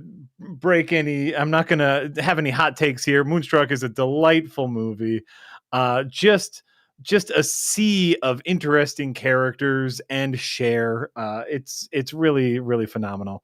Happy to watch that. I watch. Yes, we are with my 17-year-old who is getting into film studies. He has the top 100 IMDb list, and so we're working our way through that. Not surprising at all, several Christopher Nolan movies in the top 100. Do I have the podcast for you, Jack? Oh, Darren. But what happens when you finish at the 100? Could there be another 150? 150? We have to get to the next 150, almost as if the top, bottom, and top of the 250. And so we watched Memento, which I hadn't seen. I don't think I saw Memento since like it originally came out. Obviously, groundbreaking movie, but watching someone who has never seen it like unpack it for the first time and be like, wait a minute, so that means, oh, wait a minute, was just as delightful as watching it the first time. It is kind of a really great Memento, I think, solidified Christopher Nolan as a writer and director for a lot of people as far as like great gimmick, not great character or story, weak character story, but like great gimmick. And I don't think that is 100% true, but I can see where a lot of my personal Christopher Nolan biases comes from, directly from Memento. I mean, it feels like a movie a young director would make, and it's an incredible movie for a young director to make. But it's also, if you compare this to like Oppenheimer, you see how much he has kind of grown and matured over the past 20 years. Of course. Like, it's a pure genre piece is the thing. Like, it very famously, it originated on like a journey, I think, was it like from Chicago to Los Angeles with his brother when he was moving out to LA, and the two of them just couldn't remember like how things, and they had different accounts of how things had happened, and they said we should, and it's really interesting because you can read the Jonah Nolan story, which is completely different, and it's really interesting because you get the difference between the two guys, where like they both decide to make a project about that experience of memory, and they're both about Leonard, and they're both kind of roughly in the same direction, but it's so interesting because they're both different in like they speak to the interests of the particular person, where like Jonah is the guy who is responsible for like the incredibly convoluted plotting and like all the kind of threading and the big issues, all that sort of stuff, and Nolan is just like, actually what this is a lean, well-constructed neo-noir that is exquisitely produced, like a thrill ride. Like, one of my favorite moments in Memento is the moment where like he kind of comes to in the middle of a chase, and he can't remember if he's chasing the guy or if the guy is chasing him. And the guy shoots him, he's like, oh, he's chasing me. Oh, he's chasing me. Well, and like that, obviously, like, by the way, if I am not clear, Memento is brilliant. I love it. Christopher Nolan is brilliant. I don't 100% align with all of his movies, but brilliant overall. But no, like, the most amazing thing is once the movie starts getting constructed, you can see the writers, you can see the Nolan like writing the gags. It's like, here's how we're going to start the scene, and then 5 minutes later, when we see how that scene actually started, that's the joke, everybody. That's the punchline, and it's a wonderful old movie. If you haven't seen Memento, what are you doing listening to a movie podcast? Go watch Memento. Shout out to Joey Pants. Shout out to Joey Pants. You know from the show. His wig in The Sopranos is modeled on Christopher Nolan's hair. That's one of my favorite pieces of trivia. Is that true? Does that even line up time-wise? Yeah, I guess it would be. He did Memento. Went from Memento into The Sopranos, and was like, they were like, "What wig do you want, Mr. Santillano?" And he holds up a picture. Make me look beautiful. I don't know if Memento is on Tubi, but I will tell you what is on Tubi. Another movie I rewatched since the first time I saw it in cinemas when it first came out, which is the... Okay, we talked a little bit about fuck around movies and the importance of fuck around movies. Every once in a while, you need a movie that's not great, that's not perfect, but it fucks around just enough to get you excited about the medium. On Tubi now is The People's Joker. Of The People's Joker. Yeah. Which is this incredible personal story of one of the writers, directors, kind of journey to becoming a trans woman, as looked at through the lens of DC copywritten characters, Batman and the Joker. It's a ride. It is a ride. It is not a movie I recommend easily or lightly. You have to kind of be in the know as far as not just movies, but beyond being a journey for the writer and director for becoming a trans woman. It is also a scathing condemnment of the pyramid scheme that is comedy. Yes, it's based on her experiences, if I remember correctly. It's also autobiographical in that sense as well, right? Where it's correct. Like her experience of like working at the comedy shop and stuff. And is it it wasn't Second City? It was one of those kind of. It was Upright Citizens Brigade, which in the People's Joker they call the United Bureau of Clowns. Oh, that's good. But as someone who does comedy, does improv comedy, yeah, like you have to pay a lot of money to get your foot in the door. And it's a racket. A lot of comedy classes are a racket if what you are hoping for is a career in comedy. And if you're in LA, there's not many options is the problem. And so it's like, it is, if you are into that world, this movie is a great example of just people fucking around and making a movie, getting sued by DC and still making the movie. And Warner Brothers originally letting them release. I will say the best comic book movie of 2023, I think, by a significant distance. Yeah. Like by far. I think like you're right. All that stuff is right. It's incredibly personal. It is about comedy. It is about transitioning. It's also like, I think to me, a deeply affecting movie about like IP, for lack of a better word, but about like intellectual property and about this idea of, we talk about these big franchises and brands existing as like modern mythology. And like, I care about this stuff. You guys care about this stuff. A lot of our listeners care about this stuff, where like these stories mean something to you, and these stories are about things to you, and they resonate with you. And there is something in Darren gestures at the stacks of comic books, but in the Avengers or Spider-Man or Superman or whatever in this giant tomb I built for myself that speaks to me and resonates with me and like makes me understand myself a bit more.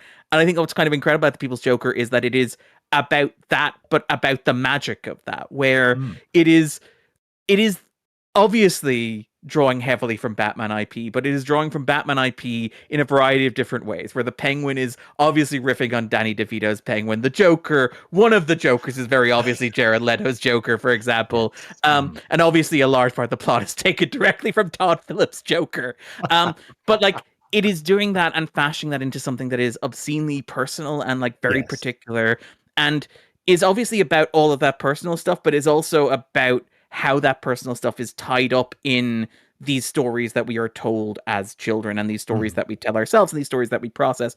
And like, I think that was what I loved about it in 2023, which was, like, to put it frankly, not a great year for comic book movies, where like the second best comic book movie is probably Joker Folie à Deux by default, where it's like your movies are like Deadpool and Wolverine, or like Kraven the Hunter. Was that The Flash, or was that Madam Web? The Flash?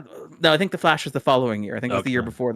But like it's around that time where like these movies were just getting very bad.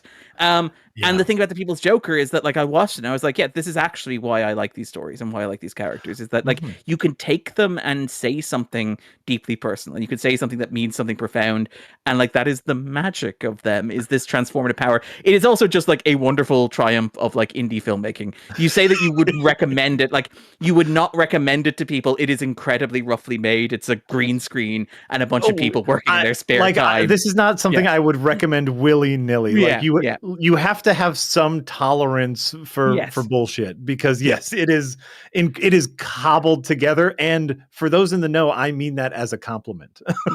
No, it's one of those movies where it is a miracle that it exists at all, like right down to the fact that like Warner Brothers were eventually like, you know what, we have a Todd Phillips Joker movie coming later this year, maybe we shouldn't squash the trans Joker movie, let them just don't advertise it saying DC and you're fine. The fact that it exists at all is a minor miracle, and like but it is pure guerrilla filmmaking. It feels very experimental in its filmmaking. And it kind of just, it makes me so excited that like Vera Drew was able to do that. And by the way, like I would recommend Vera Drew. I think she's on Letterboxd, and she gives really good reviews, and like she loves the Todd Phillips Joker's movies, and I'm like, that is actually like weirdly affecting to me. That's just like, there's a version of the People's Joker that you read as a fuck you Todd Phillips movie. It is somehow even sweeter to me that like the version of the People's Joker, which is better than either of the Todd Phillips Joker movies, is like from a place of love for the Todd Phillips Joker movies. I love, like, it's my heart grows several sizes thinking about that movie. Absolutely. So yeah, that's on Tubi. That's our Tubi Fair segment. Remembering that Tubi doesn't give us any money, but you're able to watch The People's Joker without even signing up. You can just watch it for free Eric, let on us know. Tubi. Memento, also on Tubi. That was double Tubi. Hey, that's Yeah, a double. double That's a Tubi twofer, as we like Tubi to call it. Tuesday. It's Tubi. It's Tubi Tuesdays. And 3 then, yes, hours later, we're still riffing on Tubi and Tuesday. And we're like, what happened? Jack's like, shit, I got to pick up my kids. I'm free to go all afternoon. I don't got to pick up kids today. no. It's great. And they have tubies on their tummies, wherein they watch themselves with other tubies on their tummies, and so on ad infinitum. Are you not familiar with the tubies, Jack? The Tubies, no, I'm not familiar with the Tubies. What was that, the Teletubbies? That's from the Bone Temple. He has this like incredible monologue where he's creating this oral tradition of the Teletubbies. Yeah. But he has this kind of like profound like Plato's cave revelation of, and they had tummies on which they watched themselves, on which they had tubbies in which they watched themselves, and so on. You know what that Jack? You know what that scene reminded me of? It reminded me of the scene in Reign of Fire when they reenact Empire Strikes Back as like a like story to pass down to the children. Yeah, love it. But also like just Jack O'Connor line deliveries. Who's gonna bang me up on that cross? There is right up there. Like real good. Real good. And finally, instead of watching Mercy, I to continue my child's education in cinema, we watched Some Like It Hot, to which obviously Billy Wilder, Marilyn Monroe, Jack Lemon, Tony Curtis. Fucking Tony Curtis, brilliant. There's nothing I can say about it that hasn't been said already. What I will say is I was trying and struggling to explain to my child like what a big deal Marilyn Monroe was. Obviously she had a life of infamy, but I was like, just trying to explain why she was such a big deal. And after her first scene, like we get some dialogue from her, we get some close-up shots from her. My 17-year-old just like turns to me and says, "Oh, I get it." And it's like, yes, like the charisma oozes off of her at every single moment. And it was just like, yeah, I'm sorry I couldn't explain that better. Yeah. Incredible. Like it's stunning. Again, most of the Wilder movies hold up really well. Tim and Ernest Lubitsch. If you're watching kind of like black and white kind of comedies and kind of they've aged so perfectly. If you're continuing your journey through Wilder, if you haven't seen Ace in the Hole, Ace in the Hole is also great. All right. And have you seen Sunset Boulevard? Obviously, yes. Sunset Boulevard. Yeah, Ace in the Hole movie. That's Kirk Douglas being like properly sleazy. Love a good sleazy. I love when someone finds that sleaze equilibrium where it's like, ooh, that's a good amount of sleaze you got there. And it's actually quite impressive because, like, as somebody who was introduced to the Douglas dynasty through Michael, I was like, where did they find this guy? He just looks so sweaty and so slippery. Yeah. And then I meet Kurt, and I'm like, oh, that makes sense. Yep, checks out. All the checks out. That checks out. Yeah. Incredible.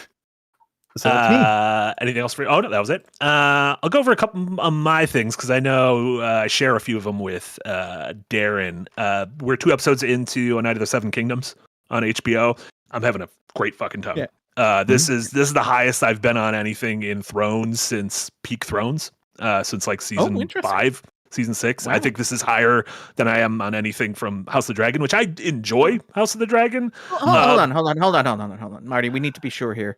What about like the 2.5 weeks where you were all in on Crab Feeder? Oh my God! Could you imagine? We were just. It was a different time. It was a different time. I felt so guilty. I sounded a little Irish there at the end, and I don't know why. That little bit of Christopher Walken in Wild Mountain Time to be like, for a certain value, like Tom Cruise in Far and Away. Oh, begosh and begara. You'll incredible. Be feeding crabs tonight, boy. Yeah.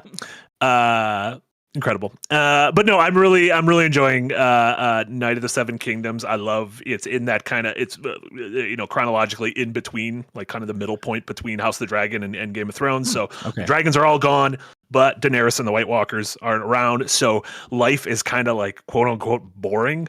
and this is kind of like as small and simple of a story as we can get in the Game of Thrones universe, centering on Sir Dunk, who's like a newly minted knight after his he was a squire of another knight. That knight died and knighted him before death, but no one was around to see it, so he's kind of got imposter syndrome a little bit about trying to become a knight, and his tiny new friend squire named Egg, who's named Egg because he's a little boy and he's got a little bald head. But he's also named Egg for a different reason. We'll get to that. Yeah, I was about to say I read the first novella a couple months ago.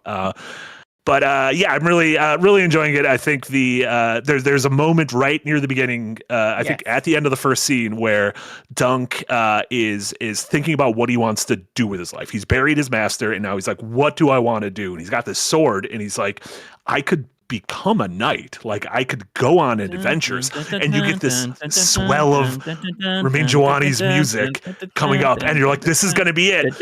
Hard cut to him behind a tree taking a shit, and you just see the shit coming out of his and it's a proper noisy one too. It's a real bad shit, real gross shit. Like,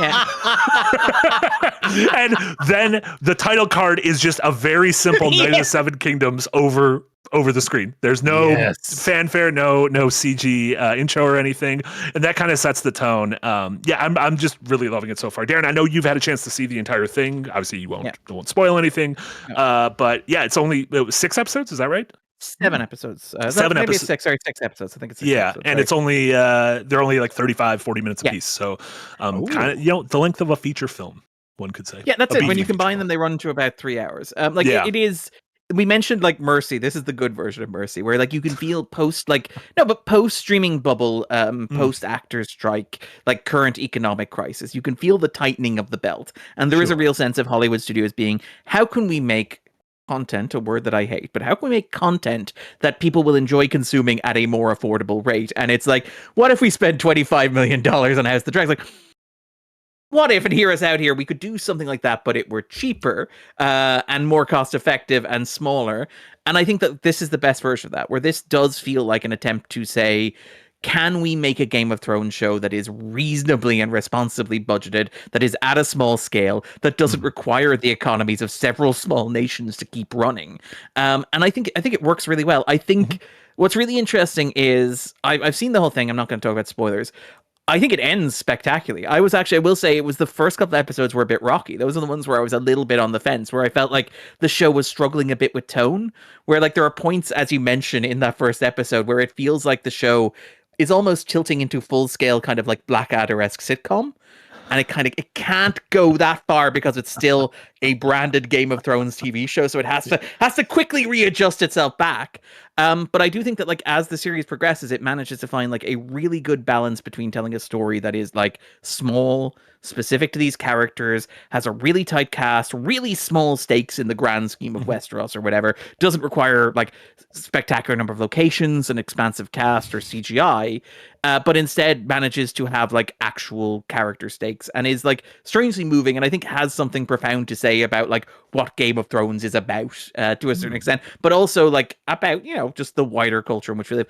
I really liked it. I will say I liked it maybe about as much as I liked the first season of House of the Dragon. I'm a big fan of the first season of House of the Dragon, which is where, to bring us back to a discussion that happened off mic, they go like full The Crown on like Game of Thrones, where like that season is structured so it takes place over, is it like 40 years or maybe 20 years? From beginning to end, which is like just really structurally ambitious. And then House of the Dragon becomes a lot more boring when it just in the second season becomes what if Game of Thrones but smaller.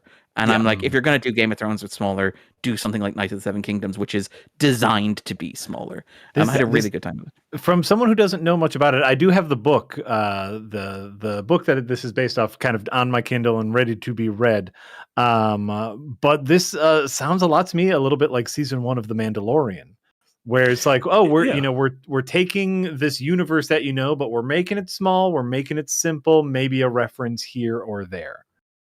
It is also more specifically about one event, though. The thing about like The Mandalorian is those are very episodic. It's like you go somewhere and you have an adventure. Without getting into spoilers for this season of like, The Night of the Seven Kingdoms, most of it takes place around a tourney.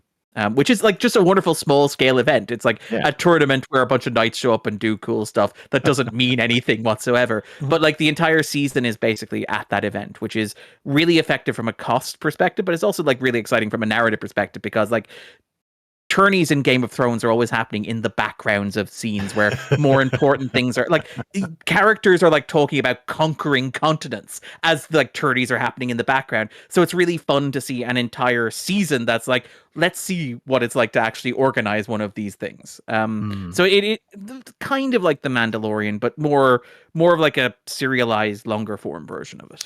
It also, it's nice that it never feels like you have to have like a family tree or an appendices open. It doesn't feel like there's homework here. You're just kind of like, here's a new character and his last name's Baratheon. And you remember that family, like they were kind of like pompous drunks. And you're like, sure enough, pompous drunk. But great. But if you don't, it's fine as well. It's totally fine because they just, you get that this character is a pompous drunk because he's introduced being pompous and drunk. Like, what? He's not like hiding the ball on this kind of thing. And like that is one of the big things with like House of the Dragon, where House of the Dragon immediately defines itself in relationship to Game of Thrones. Where the opening text of House of the Dragon is like 187 years before the birth of Daenerys Targaryen. So everything in that show is in the shadow of Game of Thrones. There is one scene, slight spoiler, in this show that does do something like that, but it's one scene and it's over very quickly. And the rest of the show you could watch having no sense of what Game of Thrones is. You could just turn on TV and be like, cool, Knights, I want to watch this. It reminds me a lot of The Last Duel, the Ridley Scott movie with like Ben Affleck, Matt Damon, Adam Driver in it.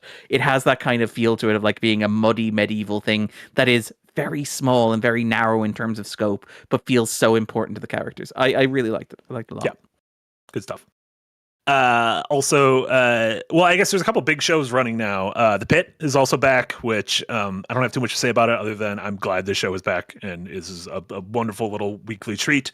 I'm waiting to see kind of what if there's going to be a kind of like a major event that the season ends up calcifying around, like the first season. Much like the shooting in the first season. Like the shooting in the first season, yeah. So I'm curious. This season takes place over 4th of July weekend, so you know there could be any number of events happening then. But I still love this cast. I feel like the secret to why this show, one of the secrets to why this show works for me when a lot of other medical dramas don't, is literally in the, for lack of a better term, level design.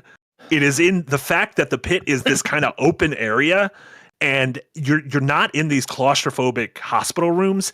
Even if you're in a room, there are glass walls everywhere and you see the kind of the busyness and the drama going on outside of it. And so you constantly feel like this is a real place of work that people and just the general layout of it feeds into that sense of chaos. And this is such a thankless job that literally never ends, because if you get down to 0 people to take care of, inevitably that number is going to go back up within seconds. There's even a moment where they're like, oh, it's pretty calm. He's like, oh yeah, that's because the morning rush of the elderly homes finding out that people passed out or are dying or died overnight hasn't entered yet, and that's coming in 5 minutes, and sure enough 5 minutes later more people come in. So really great show. It's also the structure of the thing where it's real time as opposed to plot driven, where like if you're watching a medical drama, you're typically following a plot or a character where each episode is self-contained. So each episode has like a case in it, even if it's like Eeyore and it's serialized. It's like you follow a particular set of cases through an episode, whereas like the Pit is, as you say, in real time. So it's unfolding all around you. It is kind of all consuming. There is always something happening somewhere where even like if you were watching something, you were aware that there are 5 other balls in the air, which, you know, I'm not a doctor. My siblings are, and they talk about it. And it is a lot of that. It's the sense of there are any number of like 5 things happening at once, one of which could go thermonuclear, is a lot of what they say their shifts were like when they were working in kind of Eeyores. Yep. Completely agree. Good stuff. Speaking of TV shows with pits, I have not watched any of the new season of Fallout because I doubled back on my head injury and I'm rewatching the first season. I'm doing it. I said I wasn't going to. I literally said I wasn't going to. I was like, I found like a nice, meaty synopsis, like a recap video, and I'm just going to do that. And all of a sudden I was like, what if I fire this up again and just rewatch this? Now I'm almost done with season 1 again. Darren, have you watched any of season 2? I have. I've watched up to the point where it's been released because I think they're now doing the releasing of like screeners for the anti-penultimate and penultimate and final episode. So I've watched up until the point where we're at. I like it a lot. Like, I will say, I think it's not quite as good as the first season, because the first season had the shock, oh my god, it's good element to it, where it's like, we're doing a video game TV show, and obviously like The Last of Us had come out and everyone's like, that's pretty good, but it's pretty good because that game is, with all due respect, The Last of Us video game, which I played just a little bit of, kind of designed to be a movie or a TV show. Oh, yeah, like a relatively easy adaptation compared to Fallout. It's like, okay, what do you want to do from this open world game? Oh, yeah, like we all had incredibly low expectations going into season 1. And so, like, when that arrives and it's great, it kind of blew the doors off, where I was just like, this is really great on its own terms. And I think season 2 is very good on its own terms. It does feel a little bit like the show is in that stage where it's not, I know people are down on like the second season of Westworld or a couple of other second season of True Detective or whatever, where it's the transition from, we had a first season we put a lot of thought into and a very clear structure and a very strong idea of what we were doing with it, and we had a beginning, middle, and end, and we sat down and we hit all those marks along the way. And the second season is like, yeah, but what if this is a long-running thing now? Like, what if you have to do everything that you did for the first season, but in a hyper-compressed time period of planning, and also assume the possibility that there may be a third? I think it's very good. It has an incredibly charming cast. I love how much Lynch there is in the show is incredibly charming, because obviously for anyone who's played the games, but also if you watch the show, it is a very 50s inflected kind of TV show. It's about like a retro futurist version of the apocalypse that a lot of people assumed was going to happen in the 50s, a thermonuclear wasteland and bunkers that are like 50s suburbia, but where it has like Kyle MacLachlan doing a riff on the man in the gray plaid suit and stuff like that. It has like, here you have Justin Theroux is playing like Mr. Head, for example. Like, there is I'm waiting for Naomi Watts to show up in the third season just to kind of like cement that. But there is a girl in trouble. Yeah. The one thing the show has been. I think the show has a girl in trouble kind of at its center. Like, Ella Purnell's constantly in trouble in that show. But like, it is incredibly charming. It's, the production design's amazing. The cast, as you mentioned, Ella Purnell is incredible, but also like Walton Goggins, who is like one of those incredible actors who is both like beloved by his peers, capable of doing like prestige fare, also capable of doing populist fare, being good at drama, being good at comedy, like one of those guys who is just good at everything you could want a guy to be good at. And he's incredible in the show as well. And like, those two actors alone will be worth watching. But you have like Macaulay Culkin pops up here and gets a nice little part that is almost perfectly tailored to Macaulay Culkin, where it doesn't ask him to be a fine dramatic actor, but is like, you like Macaulay Culkin, right? We're going to have him here and he's going to do stuff and it's going to be fun. You're going to get to hang out with Macaulay Culkin. And I'm like, yeah, that sounds fun to me. It is like really charming. I'm kind of curious how the season is going to end. We are this far into the season and it only really feels like the season's getting its legs under it by this point. It feels like there's been kind of a lot of setup. Part of me is like, having not played the video games, it feels like there's a lot of, we have to include elements from the video games in the season, right? We like, if we're doing, and I believe this is New Vegas, if we're doing New Vegas, we have to do X, Y, Z. And so it feels like there's a certain checklist being worked through, where I feel like the first season had a much more cohesive runway arc and landing. Now, I'm saying that having not seen the finale of the second season, it could like watch the finale and be like, oh, it all fits together perfectly. But it does feel a little bit more like, we got to do these things. And it's like, once we do those things, then we can focus on what the season's about. Again, it's just well made. It's fun. It's one of those nice movies about the end of capitalism. It's a really interesting counterpoint to like Lisa Joy and Jonathan Nolan's work on Westworld, where it is another kind of like retro futurist science fiction apocalyptic Western about the horrors of like capitalism, except funny this time, which I kind of like, that it's one of those, like, it's the two registers. It's like, what if we did this incredibly pretentious, self-serious HBO drama? It's like, okay, what if we did broad slapstick Lynchian comedy as well? It's like, sure, it works at both registers. Well, like, what if we throw some like goopy horror elements in there too? Because that could be fun. But yeah, no, having a good time. It's not quite as good as the first season was for me, but it's you know, we're not at the finish line yet, so I'm not going to write it off. Having a good time with it, enjoying it, you know. Nice. Yeah, I'm excited to get to second season. Sticking with games, I mentioned it earlier. I'm only going to touch on it briefly because I have convinced Yahtzee that when it comes to VOD, we're going to do an episode of Windbreaker where he's going to watch Return to Silent Hill, which is based on Silent Hill 2, which is one of, if not his favorite game of all time. And Yahtzee, who famously does not watch movies, will watch this movie and we'll talk about it. Yes, Return to Silent Hill. I saw it Sunday night in the theaters, another empty theater. A baffling movie, a truly baffling movie that Christophe Gans, the French director, returns once again, who's capable of making a good movie in Brotherhood of the Wolf. We watch it on our movie night. Sick movie. Right. Some incredible transitions in that movie. Yes. Is just back in his silent. The guy clearly loves Silent Hill because he's devoted several years of his life to making Silent Hill things. So, like, he made the first movie back in 2006. Which first movie. Again, I'm willing to put my hands up and say the memory may be cheating here. I was like basically a kid at that point or whatever, but I remember that being a not awful video game adaptation by the standards of video game adaptations at that time. At the time, especially not holding up anything in particular. It is a perfect movie to be on at at a party or at a bar where there's no sound, because when the people are talking, it's very dumb. But if they're not talking, you're like, oh, this is kind of cool looking. It looks good. Like I remember, like it looked good. The texture of it was really kind of creepy and atmospheric. I've watched people play Silent Hill games, very similar to that. I imagine exactly. There's a guy with a pyramid on his head, right? He's got a big old pyramid on his head. Right? He's always angry. His name's Pyramid Head. Very easy. This movie stumbles in a few spots. One, the acting is like dreadful, like truly dreadful. Are you telling me that Jeremy Warhorse Irving isn't capable of like standing and rising to the material? It is shocking. And some people are going to make the claim of like, well, the acting is bad on purpose because that's how it was in Silent Hill 2 to create the continuity. Well, and to like bring Lynchian again. People are always like, oh, it's this Lynchian unease that's in Silent Hill 2, and I'm like, that feels retroactive. That feels like this is bad, but let's figure out why this is bad. That's it's like watching The Happening, like M. Night Shyamalan's The Happening, and trying to be like, he did this on purpose. You're like, well, it's still bad if he did it on purpose. He shouldn't have done that. Also, no, he didn't. No. See, like Marty, I agree with you on The Happening, but counterpoint to that is Trap, right? Where Trap has like much of the same vibe as The Happening, but somehow rocks. Like this is true. It's the Hartnett effect.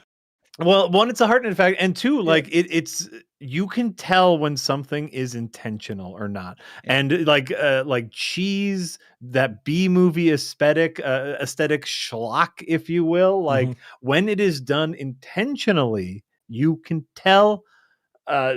You can't just call something Lynchian because someone does a funny voice and acts bad. Yeah. as somebody who's like done his share of film festivals, like as much as I love David Lynch, there is a real like penalty that has to be paid for the effect that he had on first-time filmmakers. Yes, like, there is a like penalty to like, I can do that. Like it's like, and I don't have to worry about plot. I don't have to worry about theme. I don't have to worry about budget. I don't have to worry about resolving arcs or whatever. I could just call it Lynchian, and I'm like, no, like bad. You are not. He was able to do it because he's one of history's greatest weirdos.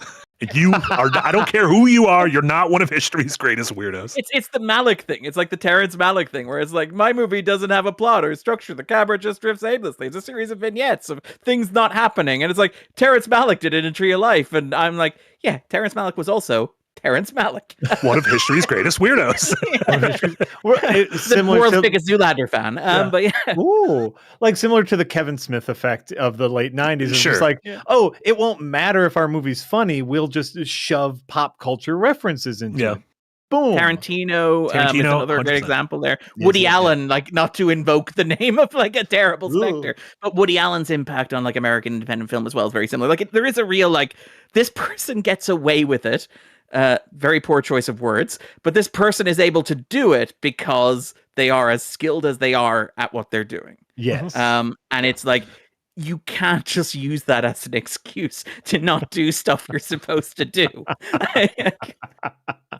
My mom doesn't have to do homework either, but it's like, I don't get to pull that excuse. The movie it follows a very familiar plot of the game. They go to the same levels, they fight the same bosses, there's the same characters that pop up, but it makes one major change that I won't spoil it here, and we'll get all into it when we do that Windbreaker episode. That has ramifications throughout the entire movie and completely destroys the power of the game's story, its themes, and its ending. And if you've never played the game, or if you've played the game, you know the ending's incredibly powerful. And this removes all power from it by making an incredibly stupid decision with one character's backstory that did not need to be there. Like shockingly did not need to be there, and they did it anyways, and I don't understand why. And I for the life of me, I cannot figure out why. You can't understand why they chose to die on that Silent Hill now. Oh, God damn it, he's back. He's back. That's a good one. Incredible. Return to Silent Hill. Don't see it. And then the last thing, which I know Darren and I have both seen, is the new Netflix Matt Damon, Ben Affleck film by Joe Carnahan, The Rip. In which Ben Affleck... Sorry. I was just to say part 2 of my propaganda double feature last night. Oh, man. The Rip, a movie in which Ben Affleck has to choose between the two loves of his life: a pile of money he found in a drug dealer's house and Matt Damon. How do you pick? How do you pick? It's an impossible choice. Darren, what did you think of The Rip? I thought it was perfectly fine, perfectly adequate. It is a streaming movie through and through. And it's actually really interesting that, like, to their credit, Affleck and Damon have spent a lot of the press tour talking about how it is a streaming movie and how it was designed to be a streaming movie from the ground up, where they're like, yeah, there's a big action sequence that takes place 5 minutes into the movie because it's a streaming movie and that needs to happen that way. If we were releasing in theaters, we would have a slow build of suspense, but we can't do that. Or you'll notice that the characters keep repeating the plot. And it's like, yeah, that's because it's one of the most egregious examples of that. Yes. The characters will keep talking to each other, explaining not only what the characters need to know in that scene, but everything that the characters know leading up to that scene to bring you up to speed. And also, it is a twist movie where none of the twists are properly seeded because it assumes that you are watching on your phone and not paying attention anyway. So it could just slip a couple of things through onto the radar by showing you that classic, like, twist movie thing of, like, here's a clip of an actor in what looks like a location where you saw them earlier doing something you didn't see them do that time, but it's okay. It's fine, I think. Is like, it is serviceable, where it is mostly an excuse to watch.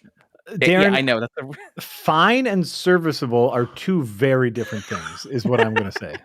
I think it's tough because there is a like half-hour slice in the middle that I was genuinely like, fuck yeah. Like, I'm in this. When they kind of set up the get to the house, the stash house in the cul-de-sac, and all of a sudden everything's kind of creepy outside. Like, a mist is falling down.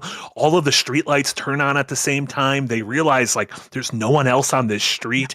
They start questioning each other of, like, is there a rat amongst us?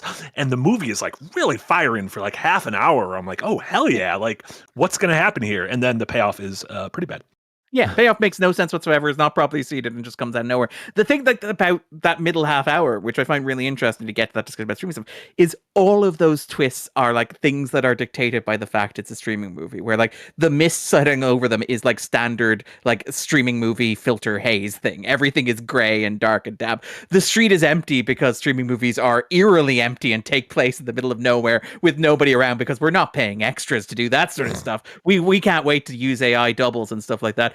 And yeah, the kind of the lights coming on and all this sort of stuff, the eerie empty space, it looks expensive, but it is also like weirdly empty and feels like a Potemkin village, which is a feeling that I feel with a lot of streaming movies. And I think like The Rip kind of weaponizes that quite well. I think one thing it also does very well, which I quite like, is it uses its two actors' screen personas very well. Where like obviously Damon and Affleck are best friends going back years, even before they started making movies together. They were best buddies, right?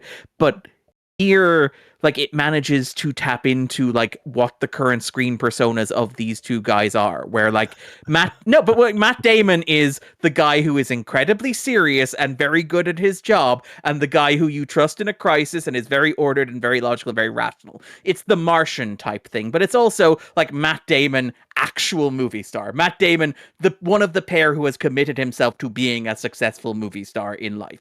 And on the other hand, Ben Affleck is kind of a bit of a mess and all over the place and very forceful and very insistent and making very bad decisions. And I think like what is really fascinating about the movie is it works really well at like taking these two, which is what you should do when you have a movie with two movie stars in, is you play the two star personas. Like a large part of what I love about like Once Upon a Time in Hollywood is that like obviously it's Pitt and DiCaprio are like two stars. It's great to have them in a movie together. But the whole point of that movie is playing the energy off one another, where like Brad Pitt is the relaxed guy who doesn't care and lets life happen to him, which is kind of the persona that Pitt has crafted for himself. And Leo is the guy who is so intensely worried about everything that he feels like he's going to go to pieces at like a slight breeze, because that is Leo's screen persona. And like the thing with The Rip is it sets up this idea of pitting the two personas of like Affleck and Damon against each other in a way that is really interesting, because it hasn't been done in years. It hasn't been done since they were younger. And now they both have more fully formed screen personas like in opposition to one another. But it doesn't pay them off in a way that is satisfying, where you kind of want this to turn into something like Heat. You kind of want this to turn into the two actors against each other, where the two actors are like pushed to the limit against each other. And the movie tilts in that direction without getting into spoilers, and then swerves away at the last minute, because it's like, actually what you love about these two guys is that they're bros and they hang out and they do podcasts together, right? And it's like, it is such a cop-out where it's like, I am leaning forward in my seat. It's like, oh my God, Matt Damon might have to kill Ben Affleck, or Ben Affleck might have to kill Matt Damon. That is possibly the most tragic thing to happen in the history of cinema. And the movie just goes, no, we're not going to do that. And then it cuts to Dunk taking a big shit behind a tree. This keeps happening to me. Why does this keep happening? Really shouldn't have eaten those clams. I felt the same way. It's one of those movies that's just going to be in and out of my head. Like I'm going to forget about this movie very quickly. It's already gone. Like I think I remember who the two bad guys are, but it's only because Eric put a screen cap and I was like, oh yeah, he was in the movie. A moment ago. But like, will this turn out to be one of those like, Cameron Diaz action movies, Jamie Foxx action movies that like takes over Netflix and is out of our radar? Yeah, I literally think it is possible more people will see this movie than literally any movie we've talked about today. Yes. There's a real possibility more people will see this than The Odyssey, to pick the other Matt Damon project. Sure. And that's not a diss on The Odyssey. Like I think The Odyssey is going to perform very well, but it's also like you're not having a Matt Damon, Ben Affleck movie pumped at you, like sitting at home. I will say the thing that does kind of bother me about this is like, hypothetically, let's say hypothetically I were Netflix, right? Mm-hmm. And I were like trying to buy another studio, hypothetically. I were trying to buy a theatrical studio. And everybody in Hollywood was like, we don't want you to buy that studio because you're not going to release movies in theaters. And if I were Netflix and I were saying, look, guys, I release movies in theaters all the time. I could do any number of movies in theaters if I wanted to.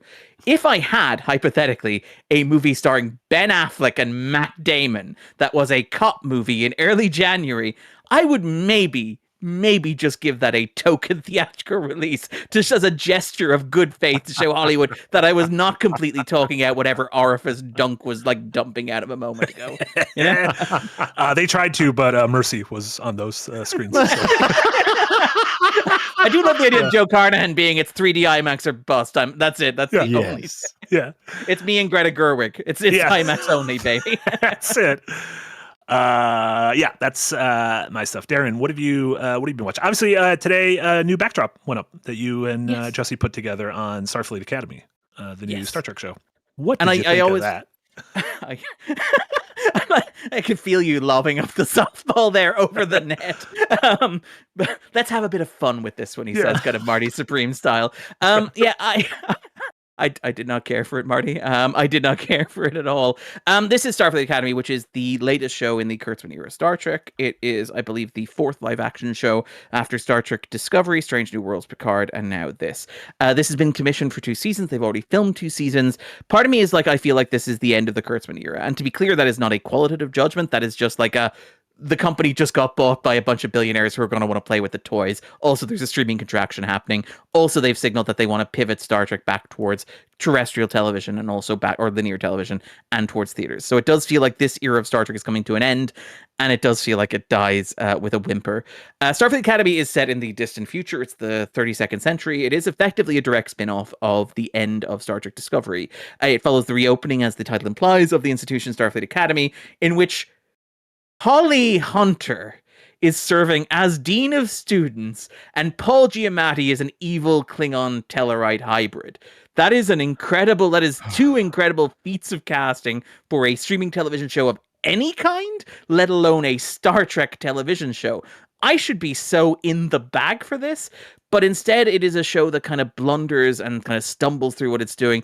It is very much a show that is ostensibly aimed at kids. And this is something we've talked about with like Star Trek in particular, but with all of the major franchises, which is people like us are getting older.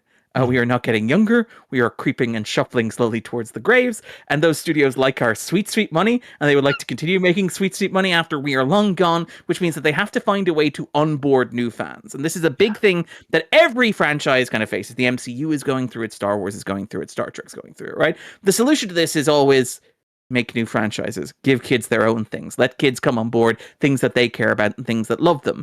Or if you have to revive an existing franchise, you do what Star Trek did, which is like The Next Generation, which is just a clean cut and just like start from scratch. So like if somebody coming to The Next Generation doesn't have to worry about the original Star Trek, right? But the issue with the Kurtzman shows is they're shows that are about onboarding new fans, and I'm thinking particularly like Prodigy, which is maybe one of the better shows. It's the animated Nickelodeon show that they cancelled after 2 seasons and shipped off to Netflix. Those shows are still heavily steeped in Star Trek continuity, and this is a show that is like laser guided towards Gen Z. It is a story of like young, incredibly pretty people going to college, learning how to do a Star Trek, and it's like that's not a bad hook for a show if you want to attract a new audience to the franchise. If you want to do a nice onboarding, like people joke about like CW Star Trek or whatever, but like honestly, if Star Trek made a show that was half as interesting as Riverdale, I would be entirely on board with it. You know, like make a show that is at least interesting and ambitious and fun. The problem with Starfleet Academy is that it is all of that, but it is also so incredibly like laser guided towards nostalgia. Robert Picardo from like Star Trek Voyager is a member of the regular cast, reprising his role as the EMH. There is a wall celebrating the great Starfleet officers, and every single name on that wall in the 32nd century, which to be clear is 800 years after all of the Berman era Star Treks, every name on that wall has a Memory Alpha article attached to it, where you can go and you can click, oh, there's a reference. Nog's name is on that wall. Cisco's name is on that wall. Cadet Riley Shepard from the Star Trek Deep Space Nine episode Valiant's name is on that wall. Cito Jax from Lower... And it is so patronizing where like the camera will pan down to the Boothby Memorial Park, and in case you don't get that Boothby was a character who appeared on the beloved TV show Star Trek The Next Generation, they'll play a couple of notes of the theme song so you can make that connection spiritually. And it is like so cynically about how wonderful the 90s were, and in particular the 90s version of Star Trek was, where it's pitched to, again, a pitch to Gen Z, a generation that has grown up in the shadow of recessions, wars, pandemics, like constitutional crises, perpetual black swan events that have seen like the global order at the end of the 90s evaporate, will never have a stable job, will never like buy a house, will have difficulty, like are starting like their landmarks later in life, they're getting married later, they're having children later, they're watching a lot of the world that was promised them evaporate and disappear. And like Starfleet Academy is kind of about that, where there's a line from Charles Vance, I think is it Udo Fair, who's like, you know, these kids have watched the world that they were promised evaporate and disappear. And like, that is a hook for a Star Trek show. Mm-hmm. The only problem is the Star Trek show's answer to that is, yeah, but what if we went back to the 90s? What if we did like Voyager again? Kids like Voyager, right? Kids like Voyager. And it's like, so the show is setting up something that should be relevant and then just saying, no, actually that doesn't matter. Everyone's having fun now. Let's go have fun. But it's also like the way to get back to how things were is to surround yourself in nostalgia for the 90s. It's to bring back the EMH, or it's to like borrow the plot. Like if you watch the opening episode of Starfleet Academy, it is beat for beat the opening episode of Voyager. You have like the EMH recycle lines like tricorder, medical tricorder. You have them go to the Badlands. You have like the crew get like murdered so that the cadets have to step into these roles that they're not prepared for. It is like so cynically going back to, hey, you guys remember 90s Star Trek. You guys remember the Berman era. And it is so fascinating to me because on the one hand, right, fans of the Berman era are never going to like this show because it is like young and sexy Star Trek. Right. There is the plot of the third episode, the last episode to air by the time we're doing this, is a prank war at Starfleet Academy, which, to be clear, not the worst idea. You could have fun with that. I think the execution is not great, but I have no philosophical objections to the idea of doing a prank war episode of like the college Star Trek show. But nobody who loves like Star Trek The Next Generation, Deep Space Nine is going to be like, yeah, I want to watch the prank show, the college prank war Star Trek show, right? But if you're doing that, you need to appeal to a younger audience, and the younger audience isn't going to watch the show and go, "Yeah, Boothby Memorial Park, baby! Yeah, that's it, baby." The way you were describing the like showing kind of the monuments to all the other characters reminded me of the scene in the new Naked Gun where they're all looking at like their fathers, and then it gets to the OJ one. He's like, "Oh no, no." It is, yeah, it is. It's really frustrating because it is this show that is like so topical and so modern, so relevant. And like, to give credit to the Kurtzman era does repeatedly try to engage with modern politics. Like Picard in its first season is about Patrick Stewart's feelings about Brexit. Sure, it goes on to become this weird metaphor for the woke mind virus and how the only people who can save us are the baby boomers. But let's set that aside. The first season of Star Trek Discovery is about like, you know, ethno-nationalism and the rise of Trump and what it means to like wake up in a world that has turned suddenly fascist, but is still the world that you recognize, which is a very timely theme as well. Lower Decks deals with like automation, AI and stuff. But all of that is just crowded out by the amount of stuff that's like, you remember Star Trek, right? You remember the 90s. You like the 90s, right? If we take these elements from the 90s and put them in this show in this different context where they don't really fit, you'll like the show, right? And it's like, that is so alienating to the people who like those products in their original context.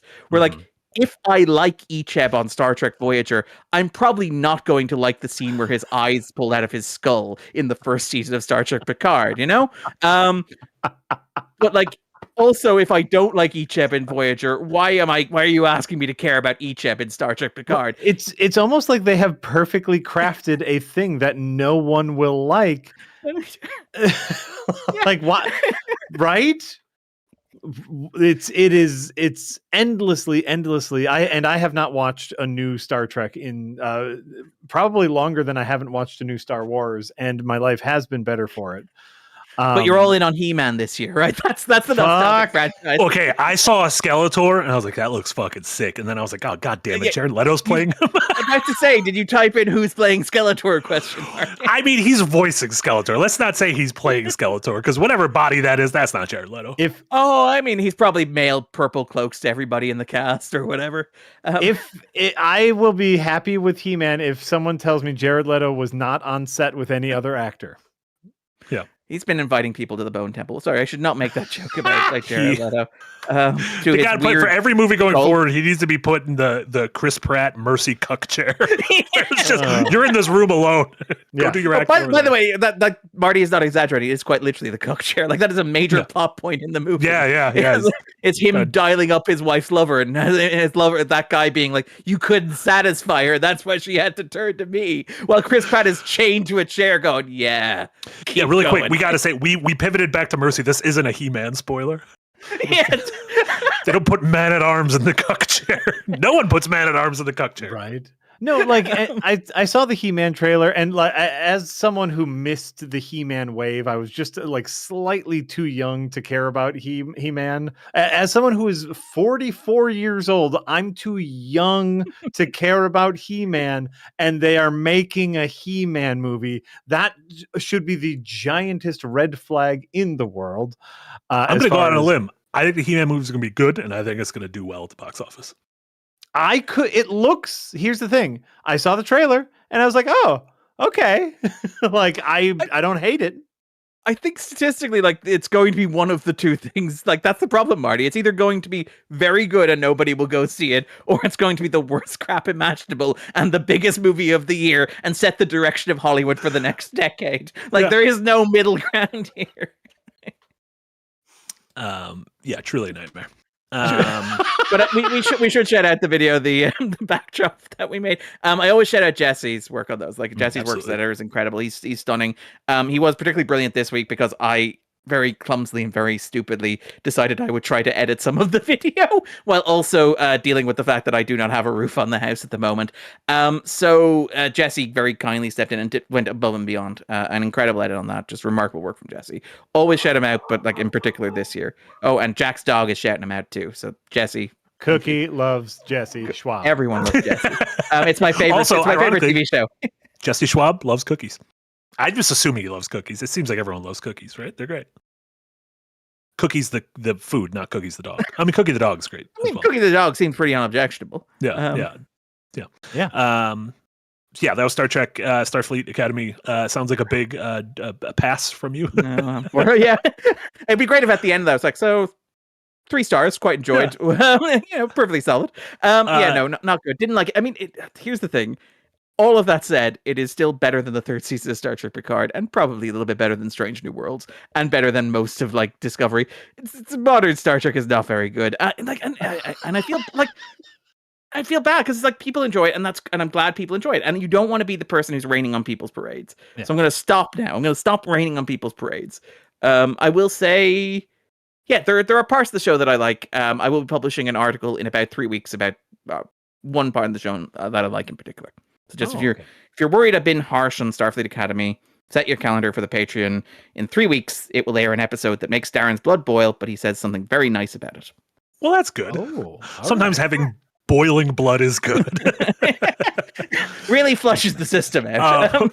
Speaking of genre shows tethered to IP, I know it's debuting tonight, which I'm very excited for, but apparently is very good, and you've seen it, and you will have pieces going up about it this weekend. But Marvel's Wonder Man on Disney Plus premieres the entirety of it tonight, and apparently it's good. Yeah, like shockingly, and again, I shouldn't say shockingly. I should be like, I approached the show like with an open heart and with like no expectations whatsoever, and went in as a blank slate with no expectations and whatsoever. I was blown away by Wonder Man. I was really, really charmed by it. It is as the title implies, a Marvel Studios TV show. It is about. It's being sold largely as about the production of a Wonder Man movie within the universe. It is not really about that. It's more a character study focused on the character of Simon Williams, who is played by Yahya Abdul-Mateen II, one of our great actors, and his relationship with Trevor Slattery, who is the character who played the Mandarin in Iron Man 3 and also popped up in Shang-Chi and the Legend of the Ten Rings. And the two of them form an unlikely relationship trying to navigate modern Hollywood. I really liked it. It worked for me on a number of levels. The most obvious one is those are two of the best actors working today. And so much of the show is like just the two of them hanging out. It is very similar to, we talk about Mercy, we talk about Night of the Seven Kingdoms. You can feel the tightening of the purse strings. There is a real, how can we get maximum cash value from this?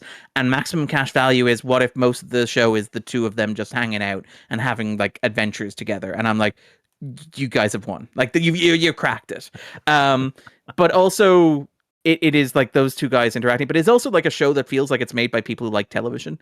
One of my big issues with it's not a new thing, but one of the big things about these streaming shows is that they often feel like 8-hour movies or 6-hour movies that have been chopped up into arbitrary chunks. And it's not always the case. I think Andor is very good at structuring its episodes and its arcs and stuff. But a lot of the Marvel shows in particular, I'm thinking of like Moon Knight, I'm thinking of even Loki, which I quite like, are basically movies that have been like stretched out and cut up and chopped and released in arbitrary chunks. And even something that is like structured around episodic adventures, like say WandaVision, like the arc of WandaVision is it begins as this love letter to television and the history of television as a medium across the decades as it rushes towards the present. But the issue with WandaVision is that the present is a color-coded laser blast battle. Like the thematic premise of WandaVision is that the entire history of American entertainment has been building towards the climax of a Marvel movie. Whereas what I really like about this is, first of all, it doesn't do that. It has a really satisfying ending that feels organic and earned and actually kind of made my eyes water a little bit, which I was not expecting going into it.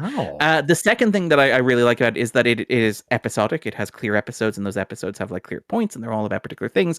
And also it is like made by people who have clearly like watched television in the past like 10, 15 years, where there is an episode that is like very obviously modeled on like Atlanta, for example. There's another episode that is very obviously riffing on Barry. The 4th episode of this is incredible. I was like blown away by how good the 4th episode of Wonder Man is, which is an insane thing to say, but it is like thoughtful. And on top of all that, it has things to say.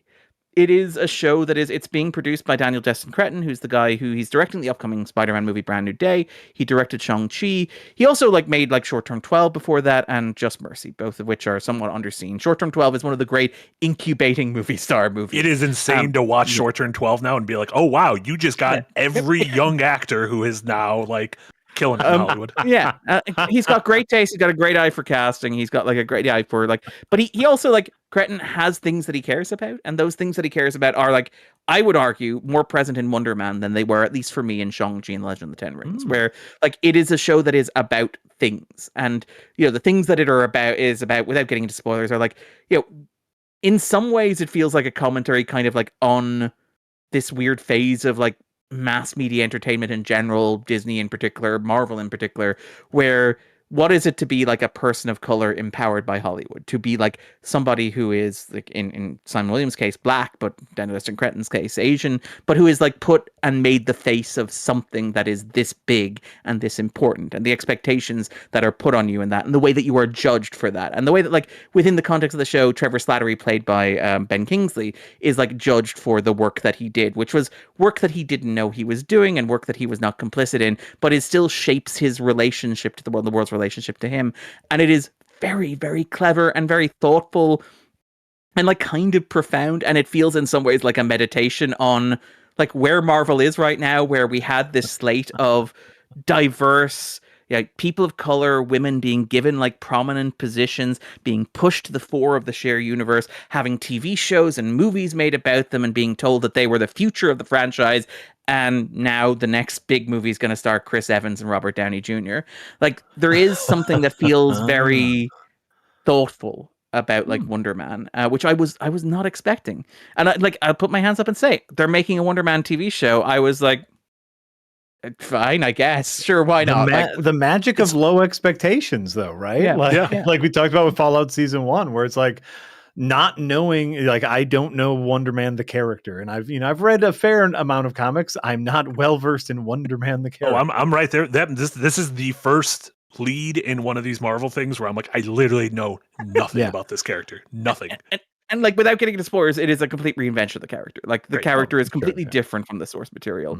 Like, and that's okay. I do like, I am not like, behold, I'm not hanging my fist in the air going like justice for Simon Williams Wonder Man, the guy who was cooked by the robot Vision, you know? I was about to say, was his dead body featured prominently in that one Vision arc? Okay, so I didn't read more. Okay, I guess I do know who he is. No, he was dating one, like, again, welcome to Superhero Comics 101 with Darren Mooney. But he was dating Wanda and then he died, but they used his brain patterns served as the basis for Vision, and then Vision fell in love with Wanda, and then he came back, and it was all sorts of complicated. There we go. Oh my God, that's terrifying. I love it. I love it. Slight spoiler. Not the plot of this TV show. I'm okay with that. So I didn't know that came out so soon. I've been seeing advertisement for it. The one notable thing that I noticed is that Marvel is using the term superhero fatigue in the advertising for Wonder Man, which I know they have like done a ton of work shying away from. But now they're like, okay, yeah, superhero fatigue is real. But according to this critic, Wonder Man is the cure for it.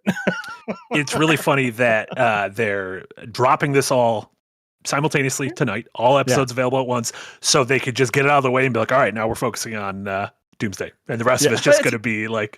It's Daredevil, Spider-Man, and Doomsday. Those are the rest. That's the rest of the slate. Yeah. And it's like, what's so frustrating is that like, it's like, this is good. It's like,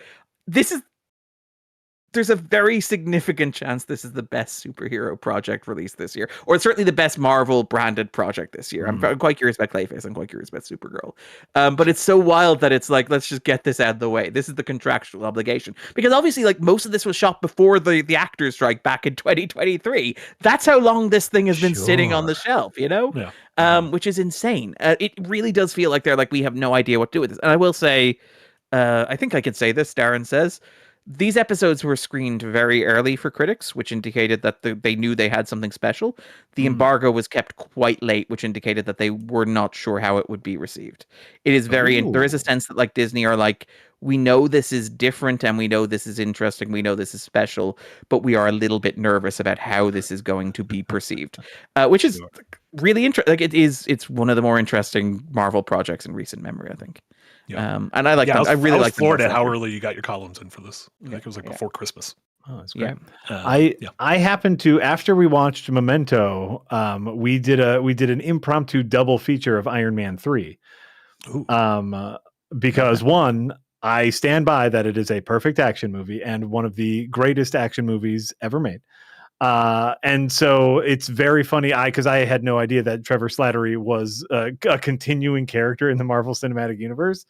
So I'm gonna rewatch Shang-Chi tonight, and then tomorrow I'll start Wonder Man, and we'll just there you keep go. going. It is like, again, without being too spoilery, it is like a show that loves movies and films. Like it is the big emotional through line in the first episode is how much they love Midnight Cowboy.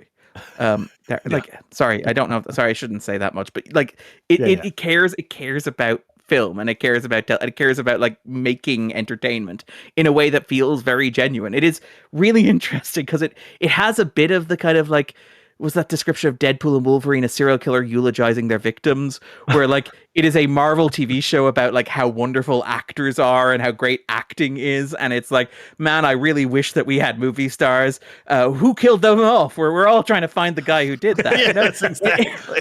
Kevin Feige's in a hot dog costume. It's like Netflix releasing Jay Kelly. It's like, man, I remember when Hollywood used to be cool. What happened there? Huh? Anyone? Yeah.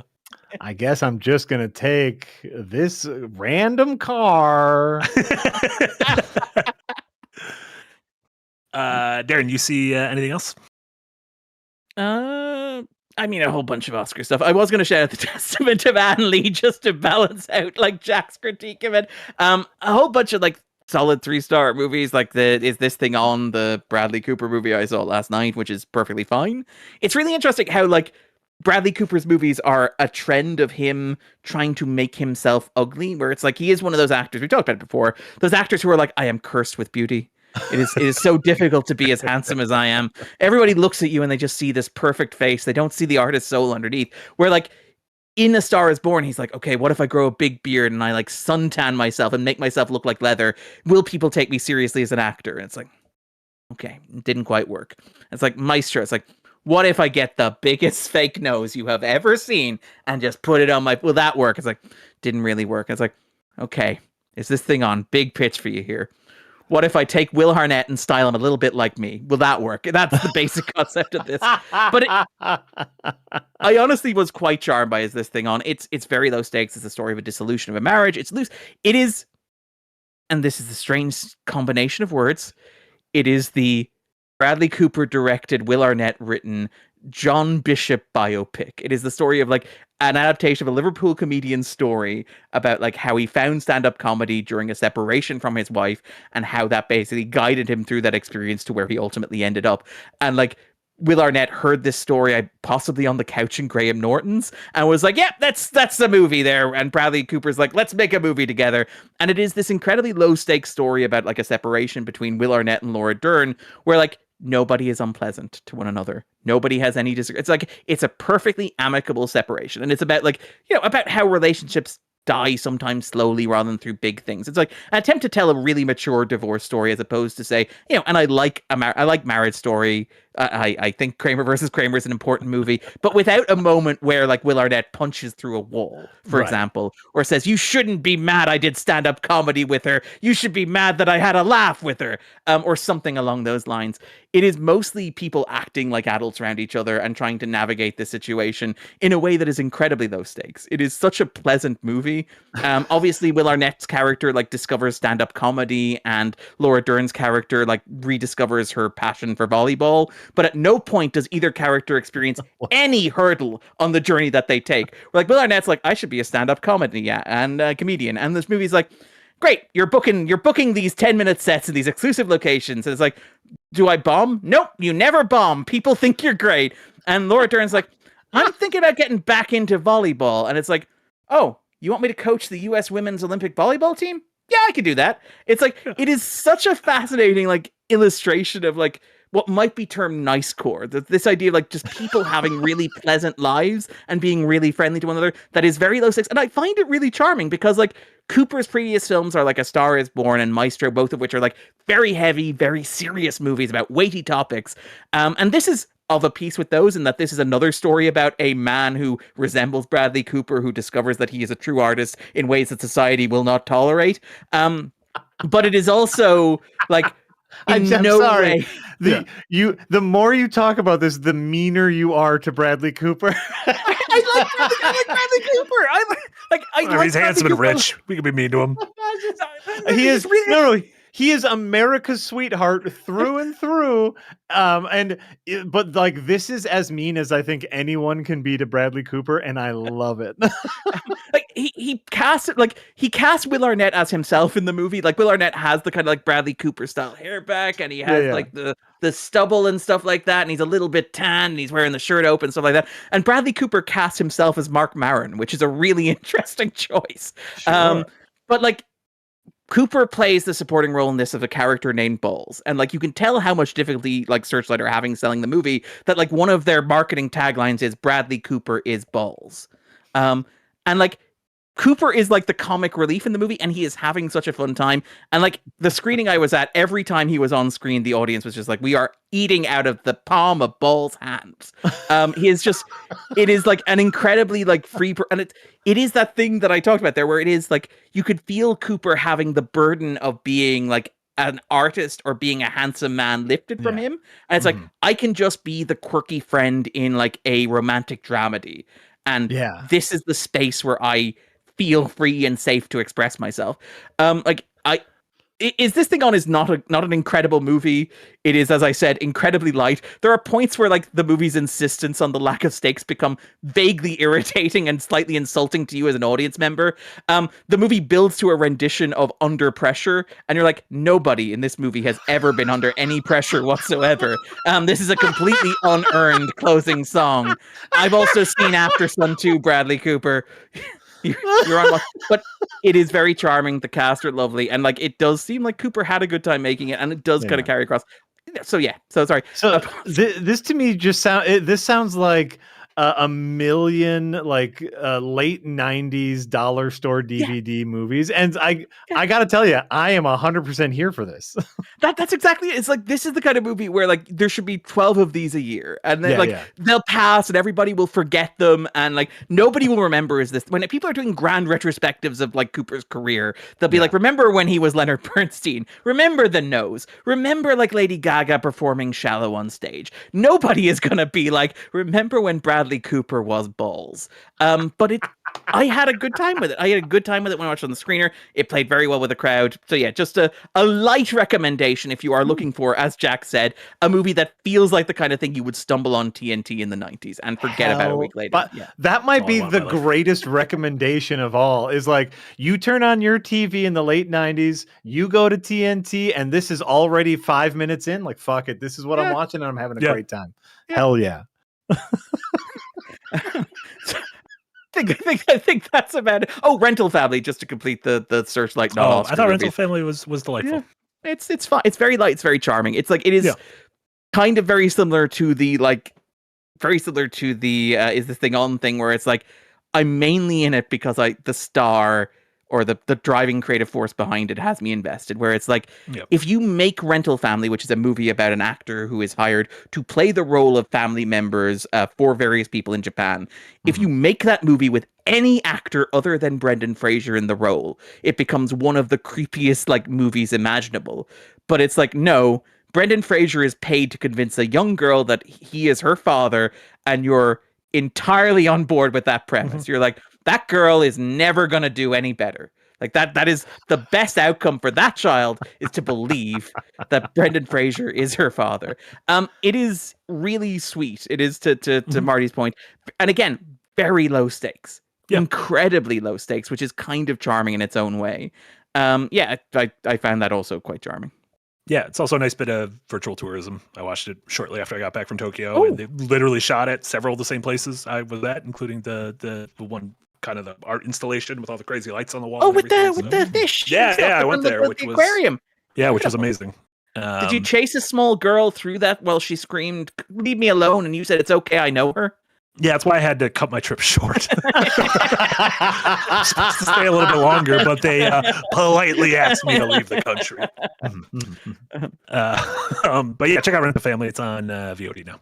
Yes, it'll be on Disney Plus soon. Oh, is it? Nice. Great. It will be in a week or two, I think. Yeah. Oh, lovely. Want to go over? We still got a fat chunk of super chats left. So want to go over some of these? Fat chunk of super chats. I didn't expect the fat chunk voice, but I really like it. That's what it feels like. All right, y'all, we're getting to the point of the podcast where we go through the fat chunk of super chats. We're all a bit like this is the real like we've been doing this for 2.5 hours. Yep. The podcast. Yep. Yeah, I say. Funny voices. Yeah, your foghorn Being leghorn rude comes to up. Bradley Cooper. Yeah. Being Trying to solve a murder with Benoit Blanc. Yeah. Kid Barchetta, thank you so much. $2 dono. This just in, Claire Obscure sweeps the Oscars. Listen, the French need another W. Give them all the Oscars. They need it.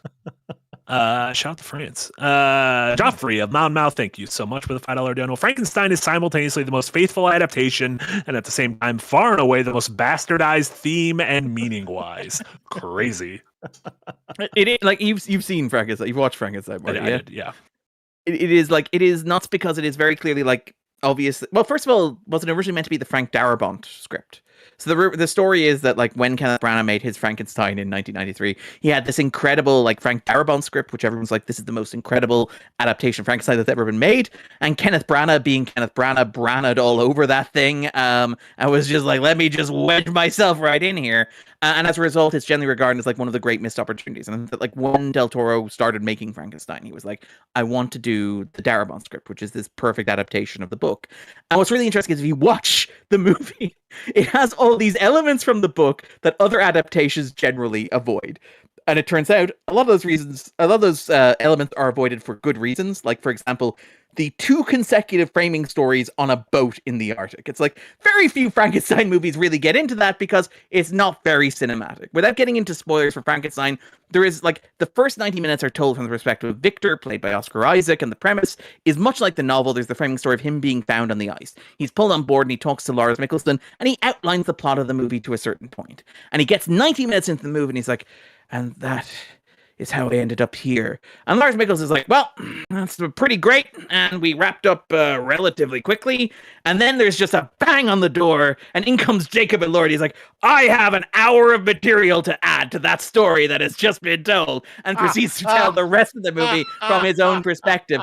Which is very true to like the format of like Gothic novels where they had to be like, again, I think it's been remarked on. It's like many of the Gothic novels feel like early found footage stuff where like you have to justify why somebody has written this story down. Mm-hmm. So it's like, oh, I found a guy and he had this story and the story was so interesting. You could just tell the story about the guy. You don't need to. Yeah.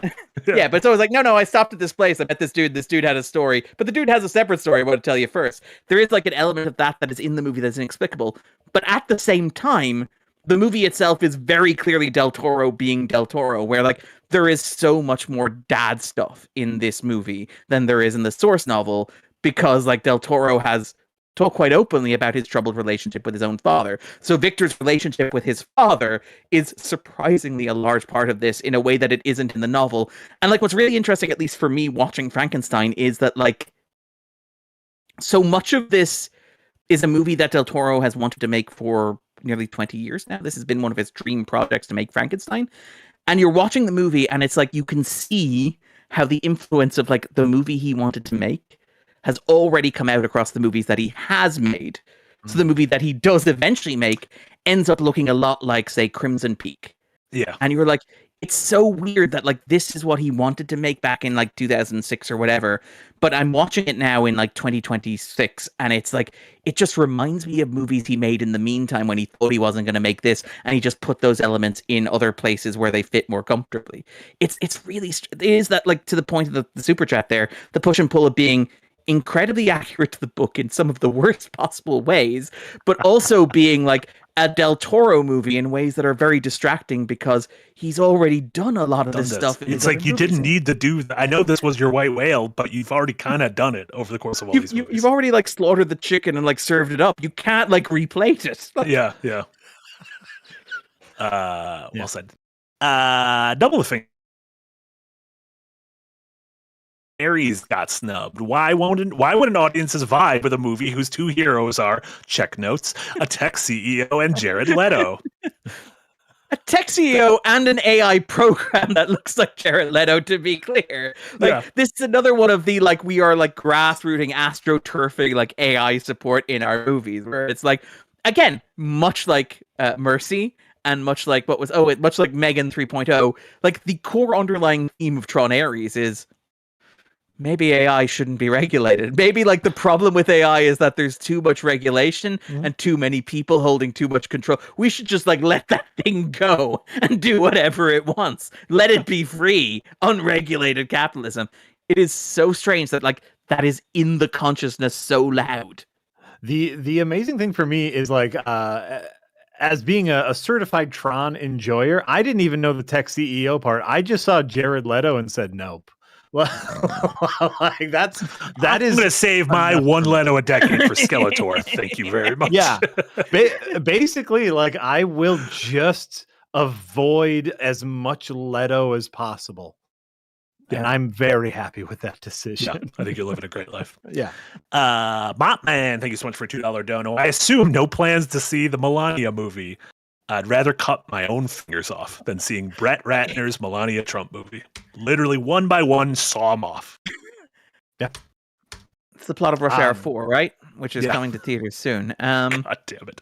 Nightmare. No, but like it is so depressing that we live in the world where that is it, where it's like Brett Ratner made a propaganda Melania Trump movie, and in return, he gets to make Rush Hour 4 because the Ellisons own Paramount. It's a great time to be alive. We live in a nightmare. Minduel, thank you so much for a $2 dono. What will Megan 3 be called? Where could the 3 go? Yeah, they fucked up by putting the 3 in the name right away. It's like Bad Boys. You fucked up. I mean that's not the real part where they fucked up, Marty. I feel like I'm making a sequel that made Megan only 2, $20 Megan million. 2 yeah. Megan 2 fucked up. Soulmate was supposed to be out this January. Like it's in, you're in trouble when your movie gets moved from Dumpuary, where they're like, January release slot feels too ambitious for this movie. Yeah. Yeah. Wow.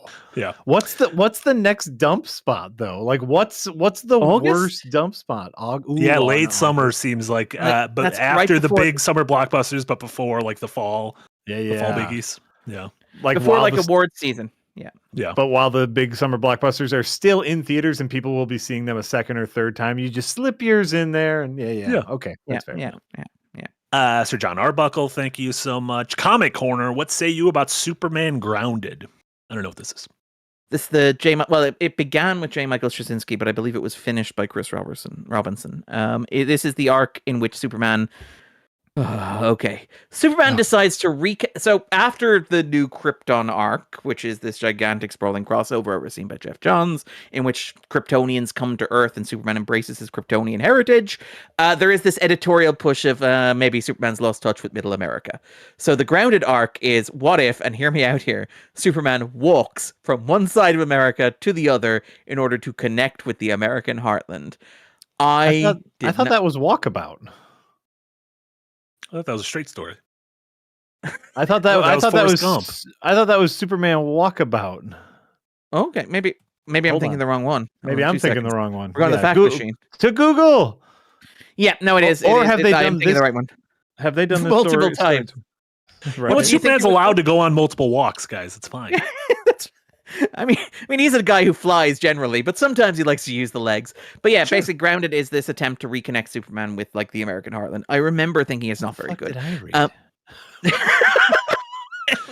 You're thinking of Stephen King's The Long Walk. By the way, if you type in Superman Walkabout, the very first thing that comes up in Google is Superman Grounded. I like the Google's like, just so you're clear. Google's like, You did it wrong. You remembered wrong. Google's like, you did read this, but you just don't know what it's called. Well, it's when he lands in Australia and connects with the Dreamtime, basically. Oh, but no, God, I mean season 3 of The Leftovers. But yes, incredible season of television. Yeah. Grounded, not very good. And I will say, like, I like some of Straczynski's comic book work. I really like his Spider-Man starts out very strong. Let's not talk about how that ends. It ends with Spider-Man selling his marriage to the devil. Right. And yep, as you do, that's a bit of a misstep there, but that is not J. Michael Straczynski's fault. I also like he did a run on the Brave and the Bold, the crossover comic, which I thought was very good as well. And I do also quite like his Thor, although I think his Thor is probably best remembered for leading to Kieran Gillen taking over the Thor title and doing the Journey into Mystery Loki series. But Grounded, not very good. It is one of those things that feels to me like every once in a while they're like, how do we make Superman relatable to people? And it's like, it's always the most cliche kind of stuff that feels a little bit condescending and broad and general. And it's like, maybe it's okay for Superman to fly. Maybe it's okay for Superman to be an ideal or a paragon or a comic book character. Maybe he doesn't have to walk across America like he's being punished by Mark Hamill. Like, the book, if I remember correctly, which apparently I can't even remember the name correctly, like, he takes breaks where he's like, oh, I got to fly to save people, like, and then just continues to walk about. In like issue 1, he like helps a dude fix his truck by using his X-ray vision, like just to get real down to earth. If I remember correctly, one of the issues was dealing with a suicide jumper. Yes.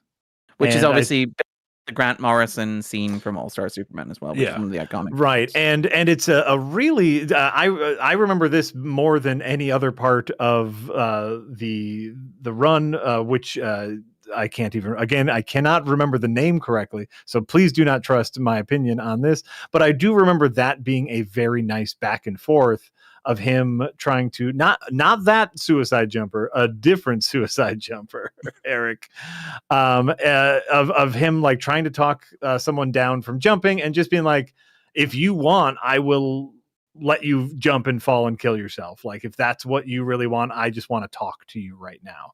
And I thought that was a really interesting slice of this. And that's literally all I can remember from this entire comic series. What I would recommend is obviously Superman has 2 books that run in parallel, much like Batman has Batman and Detective Comics. And what generally happens is when one of the titles has a bold direction, the other title has a bold direction as well. So Superman was the main book doing Grounded. At the same time, you had Action Comics being written by Paul Cornell, who's one of the guys who wrote Doctor Who. He wrote the Family Blood episode. He wrote the Father's Day episode. 2 very good episodes. But basically, for a year, it was like, what does Lex Luthor do while Superman is walking across America? And Action Comics is it's this fun adventure book where Luthor goes on this kind of supervillain team-up thing, where he has to cross paths with all of the other villains of the DCU in the pursuit of immense power. And he has this big arc where like he's granted the power of God, but all he has to do is just not use it to punish Superman. That's it. He's given the power of the God. And the one condition is he has to be magnanimous to Superman, and he will get to do whatever he wants and remake the world in his own image and whatever. No spoilers for how that story ends, but it is incredible. I'm going to assume we can't do that. That seems as if Lex Luthor's not capable. Lex Luthor's not God right now. Yeah. General Ezra Gorilla Grodd has a spoon that he uses specifically for eating human brains. Like, it's an incredible run.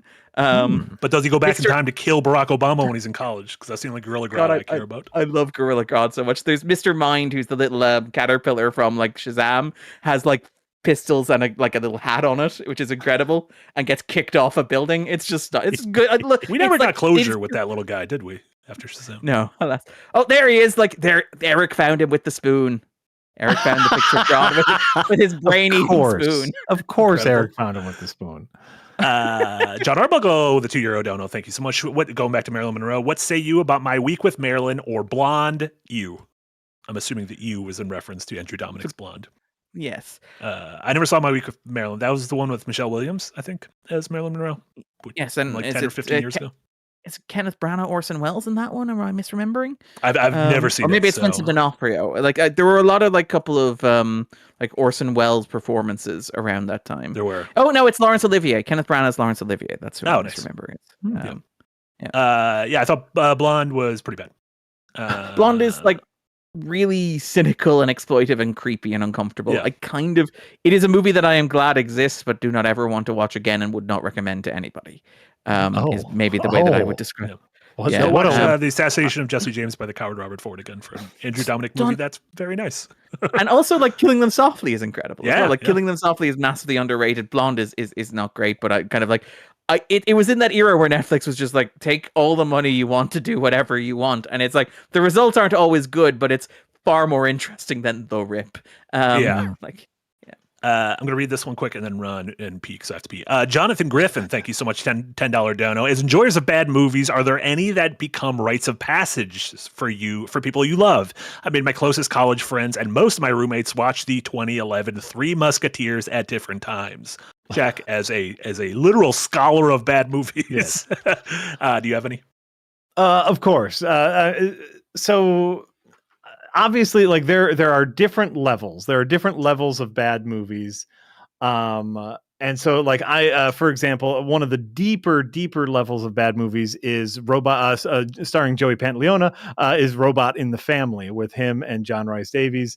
That is a movie that I will never ever make anyone I care about watch, because it is 90 minutes of people screaming at each other. It is pure madness that it exists. You have to be at already at a level of depravity to enjoy that I don't want my loved ones to be at.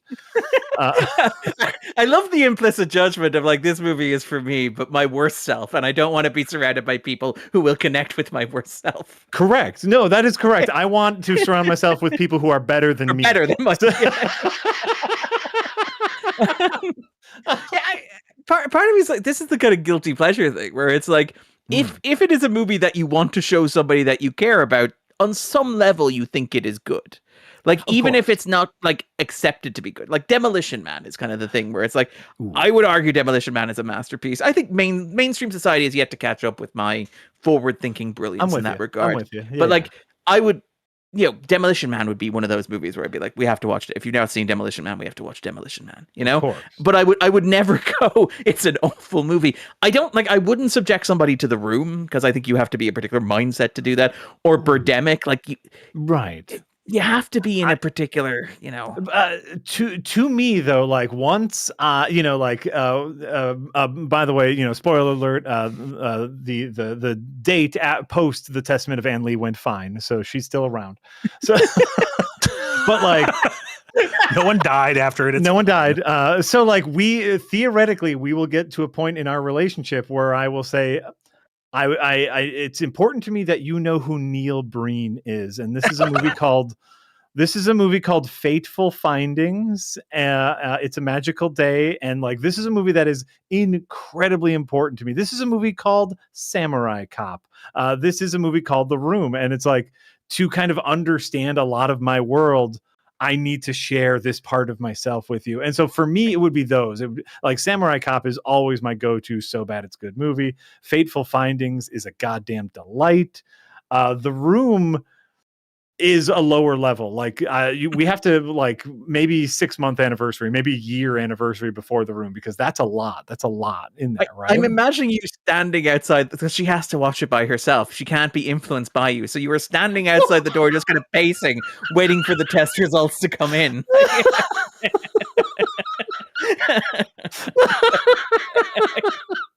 No, I would never do that to her. But so like movies like that, I think, because they're such a big part of my life, yes, I will want to. Miami Connection is another one. Usually it's like Samurai Cop, Miami Connection. Those are my level ones. Everyone understands that they're funny, bad movies. Level 2 is like a Fateful Findings. Not other Neil Breen movies are lower levels, but like a Fateful Findings, maybe a oh God, what was it? Was it Dangerous Men? Maybe a Ryan's Babe. It seems like every month, like on the anniversary, it's just like Neil Breen time, baby. It's like, well, we've been seeing each other, exclusively for 4 months now. It's time for Steven Seagal. Exactly. Welcome to the Amazing Bulk Timber, where we watch the Amazing Bulk every night throughout the course of September. Darlin, we've been together for 2 years now. This is the Amazing Bulk. I don't know why my voice sounds like this now. We moved to the South, obviously. You changed your voice very quickly. Incredible. Why are you chewing on hay? It's like it's Why are not you even a field chewing on outside. hay? Yeah, That doesn't even make sense. we live in a city apartment. Excellent question. Sussy Guru, thank you so much for a €5 dono. What makes me hate Starfleet Academy and most modern Trek, but this show especially, is how juvenile it is, how childish every character acts and talks. Let's just get rid of children. I don't want. I know I'm the only one with the chutzpah to say it, but we just need to get rid of them. No, it's not true. Kids are fine. Kids are fine. I think it is also a sense of like people in their 40s and 50s writing kids as well to a certain extent. Like Sure. part of me is like I would love to see a proper young, exciting take on Star Trek. And to be honest, like I don't mind Prodigy, which is a kids show very literally, and that is a show about kids. But yeah, this has the feel of like this is being written by adults trying to capture kids, and that is never really convincing. And it's like, I mentioned it earlier. If this were like, I have no problem with a teen Star Trek show. I have no problem with a Star Trek show like Riverdale. Like, I would love a Star Trek show like Riverdale. I know that a lot of Star Trek fans would be like, no, but the difference is like Riverdale is good at what it's doing. It knows what it is and is committed to it and is not apologetic about it at all. And it's like, if you can do a version of that with Star Trek, I would be willing to go with you. The problem with Starfleet Academy is that it's just bad at what it's doing. Sorry, I feel mean. No, I think like because this is the problem with this kind of nostalgia property, as I understand it, as I have not watched Starfleet Academy, which is like the older generation attempting to placate to a younger generation instead of just handing it over to a younger generation. But just also let someone else do it. But while placating young generations, being insisted on being tied to older generations as well, where it's like you kids can have the property, but only if you pay proper deference to Lieutenant Nog. Exactly. And it's like it would be so much more interesting to see what Star Trek actually means to a younger generation, rather than what we think it means to a younger generation. But we're telling a younger generation that it means, and they'll listen. They'll if they know it's good for them, they will. Yeah. Also, if we're gonna make a movie about Star Trek kids, give it to Larry Clark and Harmony Korine to make their kids. Oh my fucking god! Listen, they already made kids on Earth. Let's see what they do kids in space. That'd be wild. This is the thing. It's like when you're working, if you're at Paramount, like you have access to talent.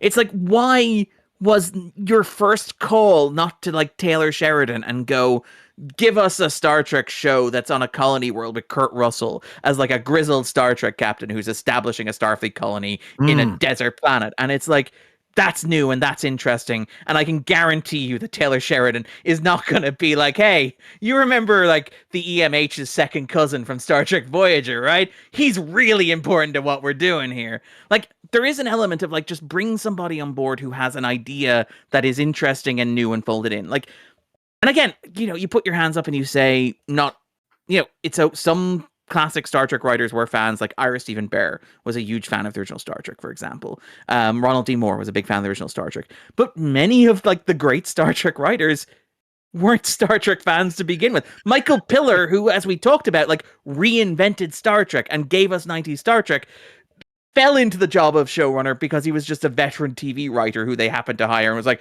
Beck, I guess I gotta make Star Trek now. And he ended up like setting in motion a dynasty that ran for about 14 years after he took over. Like, just bring in people who make good television and let the Star Trek stuff be secondary to it, Sorry, this has been Darren's random ranty corner. I apologize. Just look at Andor. Just be like, how do we do that? That's exactly it. It's like, hire somebody like Tony Gilroy and go, you make a Star Trek. And it's like, we will give you an infinite amount of money or a reasonable amount of money and minimum oversight. And you just do what you want and come back with when you're finished. Yeah. And like, that has been one of the big issues with like to be honest, it has been one of the big issues with the Star Trek shows, where Brian Fuller was like the guy who they hired to make Discovery. And he had this big vision for Discovery, which I don't know if he's spoken about publicly, but he had this big vision for the show, which was like ambitious and weird. and not at all like what Paramount would want to do with the franchise. So he was fired, and the show was just kind of like just handed around to like these producers, who were inexperienced, and ended up getting fired halfway through the second season and replaced again by another set of producers who were similarly inexperienced. Same thing with Picard, where they had like Michael Chabon, who wrote like The Adventures of Cavalier and Clay, who's like this big, and he cares about Star Trek, but he's this writer who has these big ideas.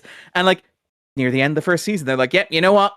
Off you go. You're not doing enough of the nostalgia stuff that we want. So go take a hike, Michael Chabon, and we'll bring in Terry Matalas. And what he'll do is he'll give us the Borg, and he'll give us like the original cast, and he'll give us the Enterprise D, and he'll give us all the fan servicey stuff that he wants. And he'll bring Q back, and that's what people want anyway. And it's like just hire people who are good and let them do what they do.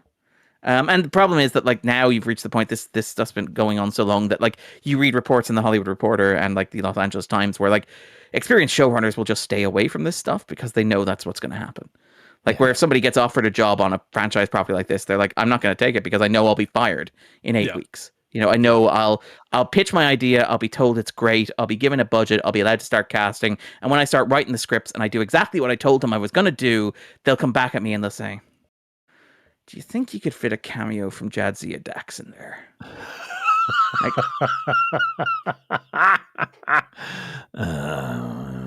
Rip. Big Dax energy. How is this becoming another Star Trek episode? What's happening? King Dead with the final or don't know. I think some of Starfleet Academy's problem is it wants to be utopian, but the writers don't know how to show utopia outside of the 90s, outside of USA in the 90s. Truly, history is utopia.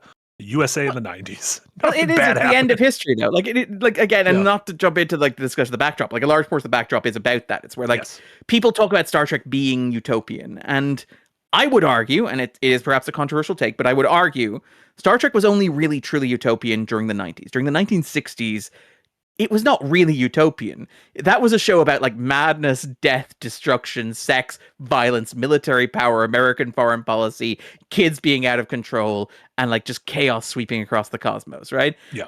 It's because that reflected the 60s. You were turning on televisions and you were seeing Chicago burning, or you were seeing hippies protest, or you were seeing like the National Guard being called. You were seeing like race riots, and you were seeing, wars overseas. You were getting reports of bodies being shipped home. And all of that just filters into the consciousness, and it filters into Star Trek, where like, I don't think the original Star Trek, as it aired on television, was particularly utopian in nature, right? And we can go episode by episode, but we're not going to do that because Marty's here.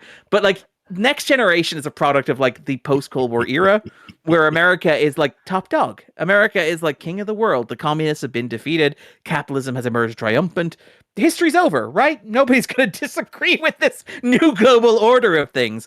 The economy is prospering. Russia are now our friends and our allies. That's not going to change at all. Europe is relatively stable, and that's not going to change. Our political system seems relatively okay as well. Our two parties are getting along reasonably well. The most controversial thing that happens is like a sex scandal or whatever every now and then. Everything is kosher. And so Star Trek all of a sudden is like, yeah, Federation's pretty great. Everybody gets along. The Enterprise is a big hotel that travels in space with art lessons and stuff. And everybody gets along, and there's no real conflict because the Federation is never really under existential threat. And then 9/11 happens, and then Enterprise is like, oh, fuck. Where like Enterprise is like... existential threat. Yeah, Enterprise is like, for the first... And like, people talk about this. People who worked on Enterprise have talked about this. Mike Sussman does a really good commentary on the first season of Enterprise where he says, like, you can watch it happen in real time as we produce that show.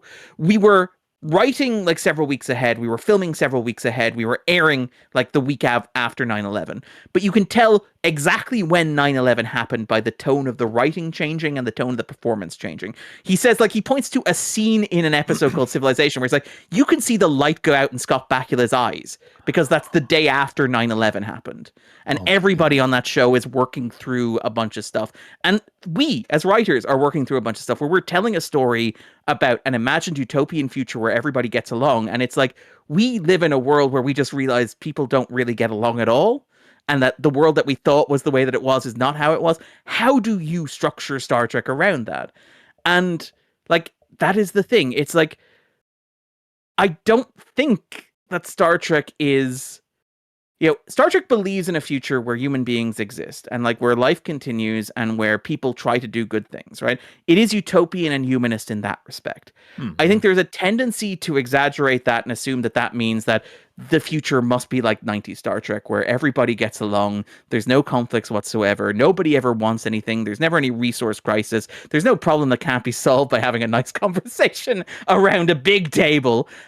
Whereas like Star Trek, to my mind, has always evolved with the times. And I do think one of the big tensions with modern Star Trek is we are living in an era where, not to get too political, Darren says, he pulls up the chair, sits on it backwards, says, let's rap, kids. But like we are living in a world where we are dealing with the reality that like we can't always reason our way out of like problems. Where like we can't always solve our problems through honest discourse, because not everybody is an honest actor in honest discourse. And so you are struck in a problem if you're trying to make Star Trek of either acknowledging that reality or pretending that that's not the case. And as like to shout out King Dead 42, going back to the 90s when you thought that was the case. Like of trying to like... Maybe that's the most frustrating part of, from what I've heard of New Trek. Again, I refuse to watch it because I hear it's all bad. But it's like, what an interesting conversation that literally Star Trek could have, which is like, we once believed that we could use logic and reasoning and scientific fact to compromise, to come to it. But what happens when Star Trek has to deal with the unmovable object? What a fascinating story we could tell. Yeah, I mean, that's the Bone Temple. Like that, you're making the Bone Temple of that. Like, no, but that's seriously, great. like that is fucking that's great. Yeah, and you like that's what Star Trek should be. It should be doing stuff like Wake Up Dead Man or the Bone Temple. Like that is that is like the version of Star Trek that you make today, which is that we try to figure out how to get across that divide, but we can't always do it. But like the problem is, I think King Dead's right. It's like it's the urge to get back to the 90s, and to be honest, it's not just a Star Trek thing. You look at television, like Night Court came back as a revival. Like they brought back Night Court. Yeah. Like we see it in everything. We see it in games. The exact same thing. Yeah. Agreed.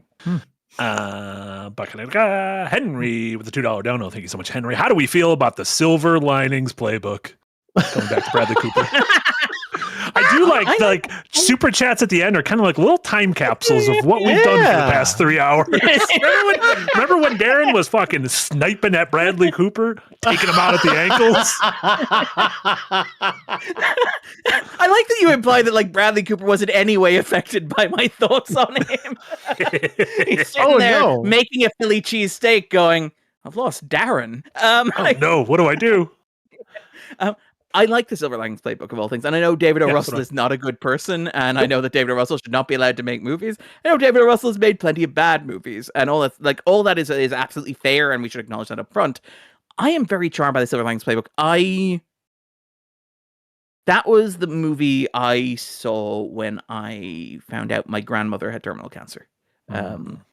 I was on my way into the screening of that, like I was halfway across the city, and she rang me. And she told me her diagnosis, and I remember being like, I should head home now. She's like, well, you're not going to see me for 3 hours anyway, so go see the movie. And I do go see the movie, and I watched that movie with that playing in my head. I have never watched the movie again. I have never, but it was just this incredibly profound experience. I found myself really incredibly moved by that movie. And I don't know if it's the context of having seen it in that moment, in that headspace. I have never had an urge to go back to it for very obvious reasons. But I remember it like really hitting me, like really making me feel. So I'll give it credit for that. I will give it credit for that. Yeah, there are certain movies that hit us at a very specific and personal right time and right place. That is just like, well, this is always going to mean something to me because of this, which can't be replicated by anyone else. And like you said, like you kind of don't want to revisit it. You're like, you almost want to keep it crystallized as that one experience. Yeah. I mean, somebody should tie me to a chair and make me watch Silver Linings Playbook while they threaten to shock me. I'm sure Rebecca Ferguson will do that. That's fine. Like the way that you make it, like the way you're making Mercy sound like a weirdly sexual experience, where like Rebecca Ferguson ties Chris Pratt. You just talked about being tied to a chair. What am I doing? Wait a minute. What? Then he has the cuck fantasy with his wife, and you're like, oh. I'm not gonna take the guilt. I took the brunt of the guilt for all the sister fucking on Game of Thrones. I'm not taking the brunt of it for this. This wasn't me. I like, by the way, that it makes it sound like you were involved in the creative process, where it was like you, like George R.R. Martin and Ryan Conlon, and you walked into the room and were just like, guys, 2 words. Yeah. I got it. And Ryan Conlon and George R.R. Martin look at each other like, well, contractually, we have to give him one idea, so I guess this is it. Yep. Yeah. Made it in. I made it in. Snake of the Garden, thank you so much for re-upping the tip jar, and then comes back with a €2 dono saying, Darren, have you seen Perfect Days? Also Japanese, the Wim Wenders movie from a few years ago about the toilet janitor in Tokyo. There's got to be a better way to say the toilet janitor. He cleans toilets. He cleans public toilets. He's a toilet janitor. Yeah, he's just a janitor. He's just a toilet janitor. I think that was beautiful. does he specialize in toilets? Yeah, he cleans the toilets. He cleans like public toilets in restrooms. Tokyo. Yes, public restrooms. Yeah, not just the toilets. The entire. Yeah, you're making very it sound specialized. like I'm not touching the sinks. I'm not touching the sinks. I don't do I'm mirrors. the toilet I guy. don't do floors. I will do the toilet. Yeah. The team comes in, takes care of the floors, takes care of the mirrors, takes care of the scenes. They're like, okay, time to call in the specialists. I have not seen this. Oh, it's beautiful. You should watch it. It's really good. He's so disappointed when he like cleans a mirror. I'm like, I feel like I was lied to. Yeah, this isn't where you shit at all. Miss Harmony, thank you so much for a $5 dono. Man goes into cage goes into salsa, sharks in our salsa, our shark fucking love Clerks and this podcast. How good is Clerks? I mean, it's been a good while since I've seen Clerks, and I think I'm about ready for a rewatch. I think I've made my clearings on Clerks on Kevin Smith. Clerks is an incredibly important movie to me. I think it's an important movie to us also as a film community. I think Kevin Smith is one of the most influential directors of our time, not just because of film makers, but people who went on to have YouTube careers, and that being our film space now. God damn, yeah, Clerks. It's been a minute. It's been a hot minute since I've seen Clerks. Maybe it's time. They're re-releasing Dogma, aren't they? Or they re-released it last year because it remastered because of the rights issues and stuff like that. Kevin Smith got the rights for Dogma back, and so they are doing a big re-release coming up, and I'm very excited about that as well. Yeah. After watching The Rip, I was like, I want to watch these two as their angels. Give these two some angel wings. Give these two some angel wings. Hell yeah. Have you seen that Matt Damon video where he's in character as Loki from? No, I quite like. Okay, it's from Dog. It's like, okay, he explains what happens to Loki after the plot of Dog. I find it very charming, and it ends in a terrible pun. So Darren's like, "Told you had me in the bag. Nice. You got me. You got me." Yeah. Sussy Guru, thank you so much for another €5 dono. Jack, where are you at now in Deep Space Nine? I am midway through season 3. I just got done with Clone Riker with Defiant. Yeah, the best reveal in the history of the franchise. Yeah. So high point? Question mark. to lay the scene just for listeners and for Marty here, right? Star Trek Deep Space Nine is the younger sibling series of Star Trek: The Next Generation. Star Trek: The Next Generation is just wrapped up on television, and they're about to launch their big feature film debut, Star Trek Generations. And in order to cross-promote that, as you do when you have a large franchise, they go to the writers of Deep Space Nine. They say, hey, would you guys be interested in having Jonathan Frakes, the guy who plays Commander William Riker, guest star in an episode of Deep Space Nine, where he comes to the station, he hangs out, and they just have a good time, and you remind people that the Next Generation exists, and there's a movie in theaters. And the Deep Space Nine writers like, we could do something with that. And the first 10 minutes of Star Trek Defiant are like, Riker shows up, and he's like, hey, I'm William Riker. I'm really charming. I'm probably going to fuck Kira. And he's like, hey, Kira, I want to hang out a bit. And they kind of hang around. She's like, she gives him a tour and he meets all the people. And it's like, oh, look, it's these two guys with these two shows that I like. And she takes him on a tour of the Defiant, at which point he draws a phaser, stuns her, knocks her out, sits down in the command chair, pulls off the two sides of his beard to reveal an evil goatee, and reveals that he is in fact the evil transporter clone of William Riker, who has stolen the Defiant to wage a terrorist war against the Cardassian Empire. High point? Question mark? It is incredible. It is one of the most incredible feats of trolling I have ever seen. And like Yes. the thing is, like after they do that, the episode is like so deep in the Deep Space Nine weeds where they're like, "Hey, you remember Ducat, right? Ducat is going to show up and talk about his fucking kids. Like you guys thought you were getting a Next Generation episode. This is the most Deep Space Nine shit you were ever going to watch. It is so much fun. It is Was so that much like fun. the creation of the goatee equals evil version? Like No, No, that was a that's- reference to it. That's Spock. That's a original. Oh, that's Spock. Gotcha. Yeah, that's. Oh, but was OG. that the creation? Like, Yes, like you know how they generally, do the goatee evil, like Community has the whole running gag of the evil versions of them have the goatees. Yeah, that was a credited to Star Trek. Yeah. Oh, I Which didn't is know that. ironic Okay. because, like, it turns out that goateed Spock is like the one good person in the evil universe. You can't make Spock evil; it's impossible. That's true. But yeah, so like, it's an incredible reveal because it is building on that. Like, the whole point is like, once you see the goatee, you know that the character's evil. So he trust the literally goatee. peeled his sideburns off. Yeah, Yeah, it's it's incredible. I had a great time watching it. So That sounds I'm incredibly dumb. midway I love it. through season 3 Yeah. right now. Yeah. Deeply dumb. Joffrey Monmouth, thank you so much on their $5 dono. Also, going back to Frankenstein, also Will, which again, this is like a nice little victory Trip lap. down memory lane. Also, William turning to camera and saying, "You're a monster, Victor," made me want to redact it for YouTube. Okay, I promise I'm done with Frankenstein chats. Fair. Yeah, no, it's not a subtle movie in any No. way, shape, or form. No. And like that is the big thing, because like if you read the book, the monster is a monster in the book, and obviously you could read the sympathetic reading of like the monster is a monster because it's created by Victor and it's not the monster's fault. But it is so fascinating that like because of all the Del Toro dad stuff, like the movie is so clear that Victor is the fucking monster, and Yeah. poor handsome Jacob Elordi is this poor tortured, tormented, innocent creature. It is such a, it's like, as somebody pointed out, like it is so faithful to the book in some ways, but so clearly like not at all in others. It's a really interesting mix. I am stunned by how well that movie did. Like, I don't hate it, but I think it's a mess, and I am just stunned by how well that movie has performed, like award season wise. It's people just love him, right? Like it seems like the Academy loves, and by all accounts, he seems like a fucking great. He's like Totoro. He's just giant Totoro. He's just Right. He great makes like Lego with James Cameron, right? Could you imagine? I feel like building Lego with James Cameron would be insufferable. I feel like that dude doing like a puzzle with James Cameron would probably fucking suck. I feel like you Does all just the- like sit there with coffee. Yeah, you just let Yeah. it work. Yeah, you just you go ahead, James. There's a thing for like organizing all your Lego pieces before you build called like knolling, where you like organize them by like color and shape and likeness. And I bet he's someone who does that.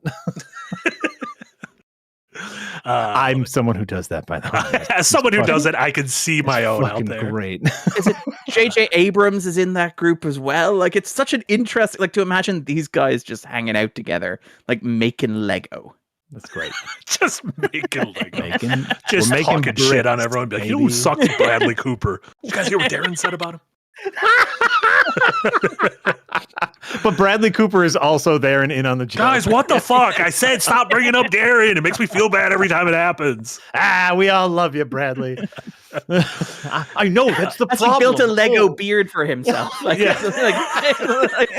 stop loving me so much. Oh, I want to be edgy. I'm an artist. I'm a serious artist. Sorry, I like Bradley Cooper. I like Bradley Cooper, to be clear. I feel like both people are either ambivalent or like him. Like, Yeah, like Yeah. there's something very vulnerable and honest about the fact that this is what he's so interested in. Like, I'm not criticizing him. Oh, when no, I'm no. like, yeah. The joke here, Darren, is that I believe every single human being loves Bradley Cooper, and the worst thing you can say about him is he's too pretty. Like, that's you bullying him. It's like, and which is a statement that I agree with, because he is America's sweetheart through and through. I remember watching the behind the scenes of Wet Hot American Summer when he was like, I get to hang out with Janine Garofalo. Like, He took his mother to the Oscars for Maestro, and they didn't give him anything. Like, it's real Martin Scorsese territory. Scorsese was also like, I brought my mother to the Oscars for Goodfellas, and they couldn't even give me director. Yeah. Stick the Garden back with another €2. Thank you so much. Forget Superman. Kaguya-sama is all you need. Kaguya-sama is a completely delightful rom-com anime series about a sort of a will they won't they between the heads of a prep school student government, the president and the vice president, and the kind of shenanigans that the student government gets into, all told in little like kind of bite-sized vignettes. Genuinely, like not just in my opinion the funniest anime ever, but like arguably one of the best sitcoms of the century. Oh, that sounds great. Yeah, that sounds great. Kaguya-sama, love his work. Do they walk across America at any point to reconnect? They don't, sadly. And Lex Luthor isn't there to be like, oh shit, I have the power of God, but I just want to fuck this guy up. Fair. Does a single character have a spoon for eating human brains? That's the question I putting really that out there. Putting that out there as a question. Might be a little bit better. I'm just saying, might be a little bit better. Just saying. Mindule, thank you so much for a $2 dono. Y'all, are we gonna make it to full bursting 3 hours? I got news for you, Mindule. I got news for you, Mindule. Little did you know when you wrote that several hours ago. But there is a light at the end of the tunnel. For a month. Yes, you can tell that we have not recorded together. There is a light at the end of the tunnel. Boo-ray, thank you so much. Back with another $2.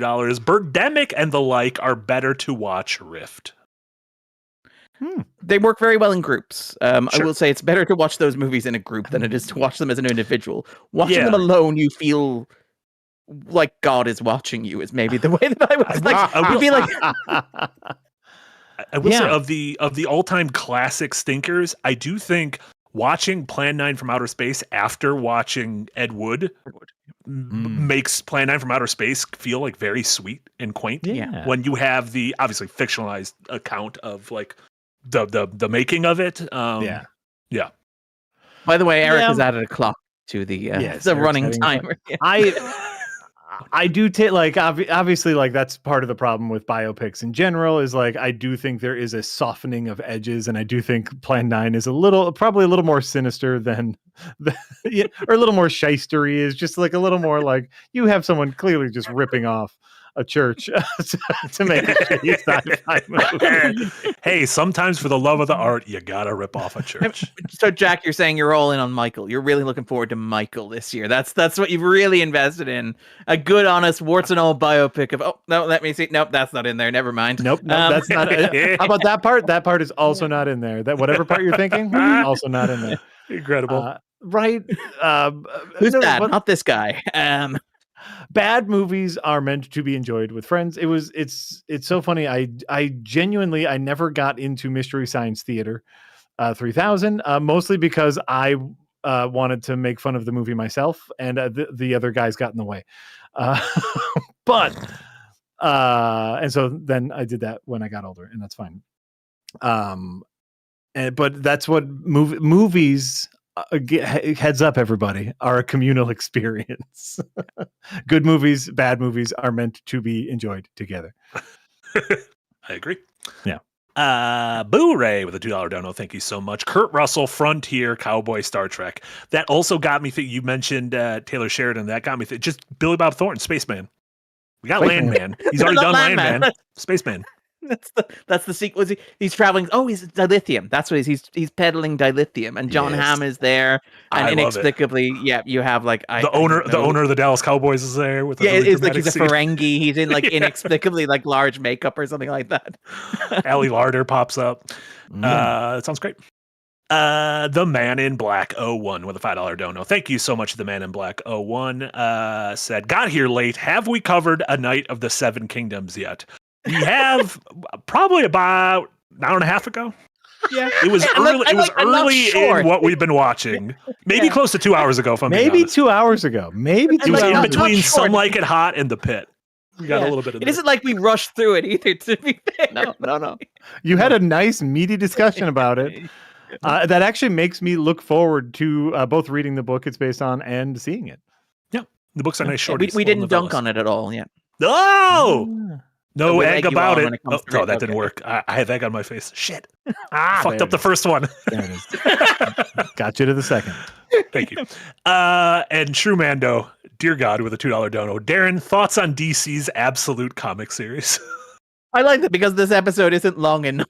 Let's just set Darren loose on an entire line of comic books. Oh, they did that on purpose. They 100% Mando knows what did he's that doing. on They knew what they Mando were doing. knows. Broadly speaking, very fun. I will say I have only read of those Scott Snyder and Nick Dragotta's Absolute Batman, and also thank you. Sorry, Eric, and Jason Aaron's also Absolute Superman. Quite like both those. Have yet to read Absolute Wonder Woman. Really looking forward to reading Absolute Martian Manhunter from Dennis Camp. And is it Javier Rodriguez, I think, does the art on that. But broadly speaking, like both the books I've read, really looking forward to reading the other ones.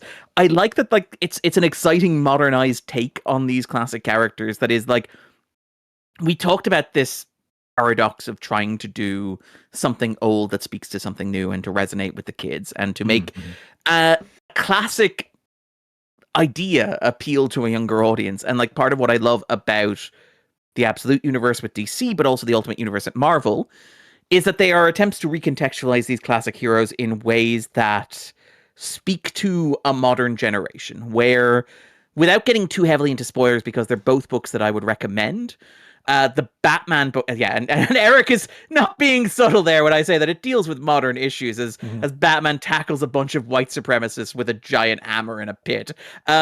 But it is basically, Absolute Batman is about this idea of what if Batman wasn't born rich? What if he was working class? What if, instead of his parents being murdered in an alleyway, his father was shot in a mass shooting incident at a zoo? What would that change about Batman? And what if the villains, instead of being the story of like a rich man who beats up like the insane and the disadvantaged, what if instead Batman was a poor working class man who was fighting against the establishment system, where Bane was this private military contractor and the Joker was this ominous billionaire figure who has his hands in absolutely everything, or the Black Mask was this chaos agent, sort of secret agent spy, kind of like causing instability around the world. And it's just an incredible comic. I will also say that even just narratively, Absolute Batman is like fantastically constructed. It is in many ways a reaction against this idea of decompression, which you had. Sorry, I'll be very quick. In the 2000s, you had this wave of decompression, which was this idea of like comic books serving as panels or storyboards for movies, and they'd be like widescreen panels, splash pages, double splash pages, and I like that style. It was massively influential. Warren Ellis, who is a terrible person who has done terrible things, hugely influential in terms of codifying that as a style. You can see it in a lot of books in the 90s. You can see it in like Joss Whedon's Astonishing X-Men, to mention another completely unproblematic person who has never done anything wrong. Like, geek We're really culture in the building our early- own Avengers of the of terrible people. Geek culture in the early 2000s was a wonderful place full of very welcoming people who never did anything wrong, of course. But the idea was that like you had this kind of decompression where everything was like big and expansive and slow, and everything took like 6 issues, and everything took on a kind of an epic way of framing a story. And like, I'll be honest, I like some of that, but it did become a bit tired. The thing about Absolute Batman with the art by Nick Dragotta is that it is all hyper compressed. The pages are like incredibly compressed in terms of story and action. There's an incredible amount of information packed in visually. It is just a joy to read. If you are at all interested in trying to read a comic book, Absolute Batman is just a really compulsively readable comic that is incredibly dense and really fun, has incredible artwork and big ideas. Absolute Superman I like as well. And I'm really looking forward to Absolute Manhunter. And I'll also shout out the Ultimate Universe over at Marvel, which is created by Jonathan Hickman, but which is doing something similar. It's the story of like, what if all the heroes didn't get their powers? What if somebody conspired to stop the heroes from being the heroes they're meant to be? And it is this metaphor that you can read as a metaphor for anything from body dysmorphia, the idea of like you are in the wrong body, the body that you were told was yours is not your body, but also as like an experience of millennial anxiety of like, you were told that you would have a future, you were told that you would have a career, you were told that you would have a marriage, you were told that you would have a pension, you were told that you would have a life, and all that stuff was just ripped out from under you by the events that were outside your control. And doesn't that make you angry? And both like incredible. So I recommend, just off the back of that, Absolute Batman, Absolute Superman, The Ultimates, which is written by Dennis Camp, and Ultimate Spider-Man, which is written by Jonathan Hickman. So that's it. Sorry, apologies. I think I got there. You apologize for nothing. Beautiful.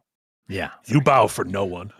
That was arrogant. Darren, Here's the wonderful thing. If we wanted you to stop talking, we would just hang up the call. Yeah.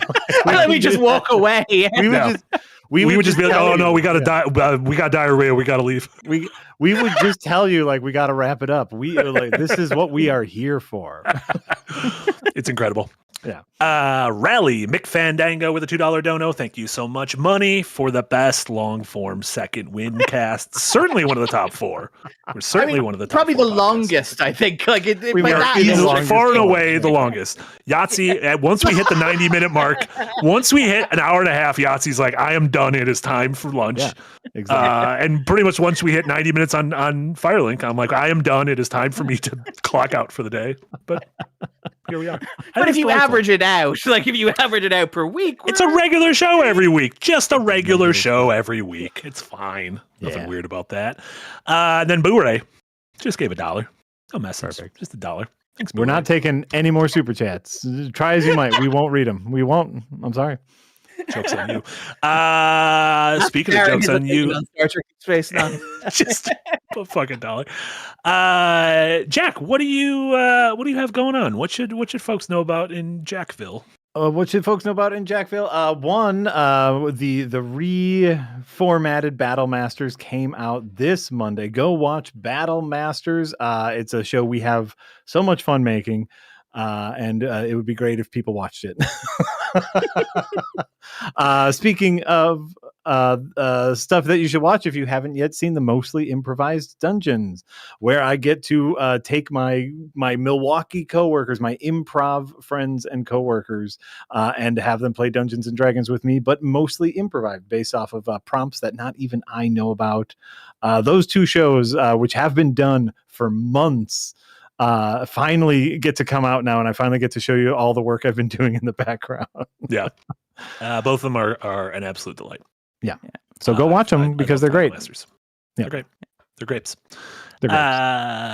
Darren, how about you? We mentioned you got the new backdrop that went up this morning that you and Jesse put together on Star Trek. If people want more Star Trek talk. Inexplicably, if people after 3 hours and 20 minutes of this are like, you know what, we need to hear more of Darren's opinions on Star Trek. But yeah, basically Starfleet Academy, looking at it. Nick, to be fair, Nick kind of encouraged me on this one. I feel kind of guilty about that. I always feel guilty when I do a Star Trek pitch for like Omar or Jesse, where it's like, and I want this image from this episode in this specific scene between these seconds, and I want it to last exactly this long.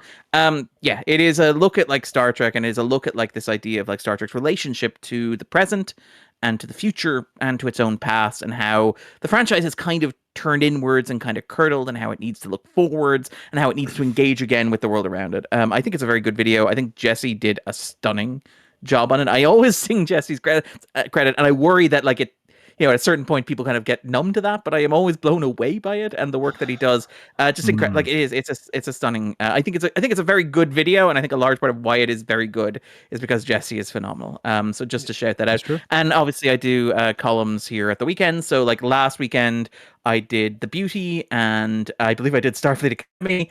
Next weekend, I've got 2 columns coming up on Wonder Man in 2 different ways. Although, to be honest, I may bump one of those to the following week because I kind of want to write about Mercy. Oh, I wanna read about Kind of Mercy. want. Yeah. 3 hours and 20 minutes. Oh. Like, Strap me back in the seat. I'm here for Mercy.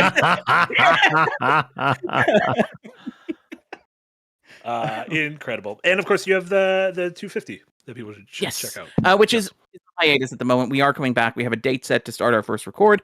Obviously, to be clear, we are on hiatus for a couple of reasons. One of them is a very good reason from Andrew's life. Andrew had a very good life event happen to him, which we're very happy about, and it's fantastic. I have no roof, and that has been a problem because we record in my house where I need a roof. So that is being fixed, but we have set a record date for our first bunch of episodes back. Those episodes will be, and I'm very excited to talk about it now, given the news that just broke today, Marty Supreme, but also One Battle After Another, and The Smashing Machine. Those will be the first 3 that we'll be doing. So those will be coming your way mid to late February in the rush to the Oscars. Beautiful. Hell yeah. Excited. Beautiful. Looking forward to those. Yeah, then in terms of other stuff going on Second Wind, we got tomorrow we'll have the normal streams, Yahtzee tries. Casey and I tomorrow evening in our slot, we're going to be checking out the first 2 hours of Code Vein 2. which is the anime vampire Souls-like thingy. I don't know. I didn't play the first one. Casey did, though, so we'll try that out. And then Thursday, we got the normal streams. Jack, you and Jess back to Dark Souls, and then we'll be RPG Help Desk midday and Firelink in the evening. Beautiful. Wonderful. I am 3.5 hours. A tight 3.5. A tight 3.5 hours. 210 minutes, baby. Stop zooming in, Eric. You're making me ashamed. I feel no shame. I go for another hour. Yeah. So do we have any super chats? Anyway, you just start like you just start trying to drag it out. You're like, we can hit 4 hours. It's fine. But yeah, thank you so much, everyone who, especially everyone who tuned in live on YouTube, hung out with us, provided good vibes. Your generous donations, your super chats, of course, anyone who is a member to our Patreon, thank you so much, and just anyone who listens on your podcast service of choice, we really appreciate y'all. So for Jack, Darren, and Eric, this was Marty. This was the Rewind episode number 38. Thank you all so much. Have a wonderful rest of your Tuesdays, and we'll see y'all next time. Bye, everyone.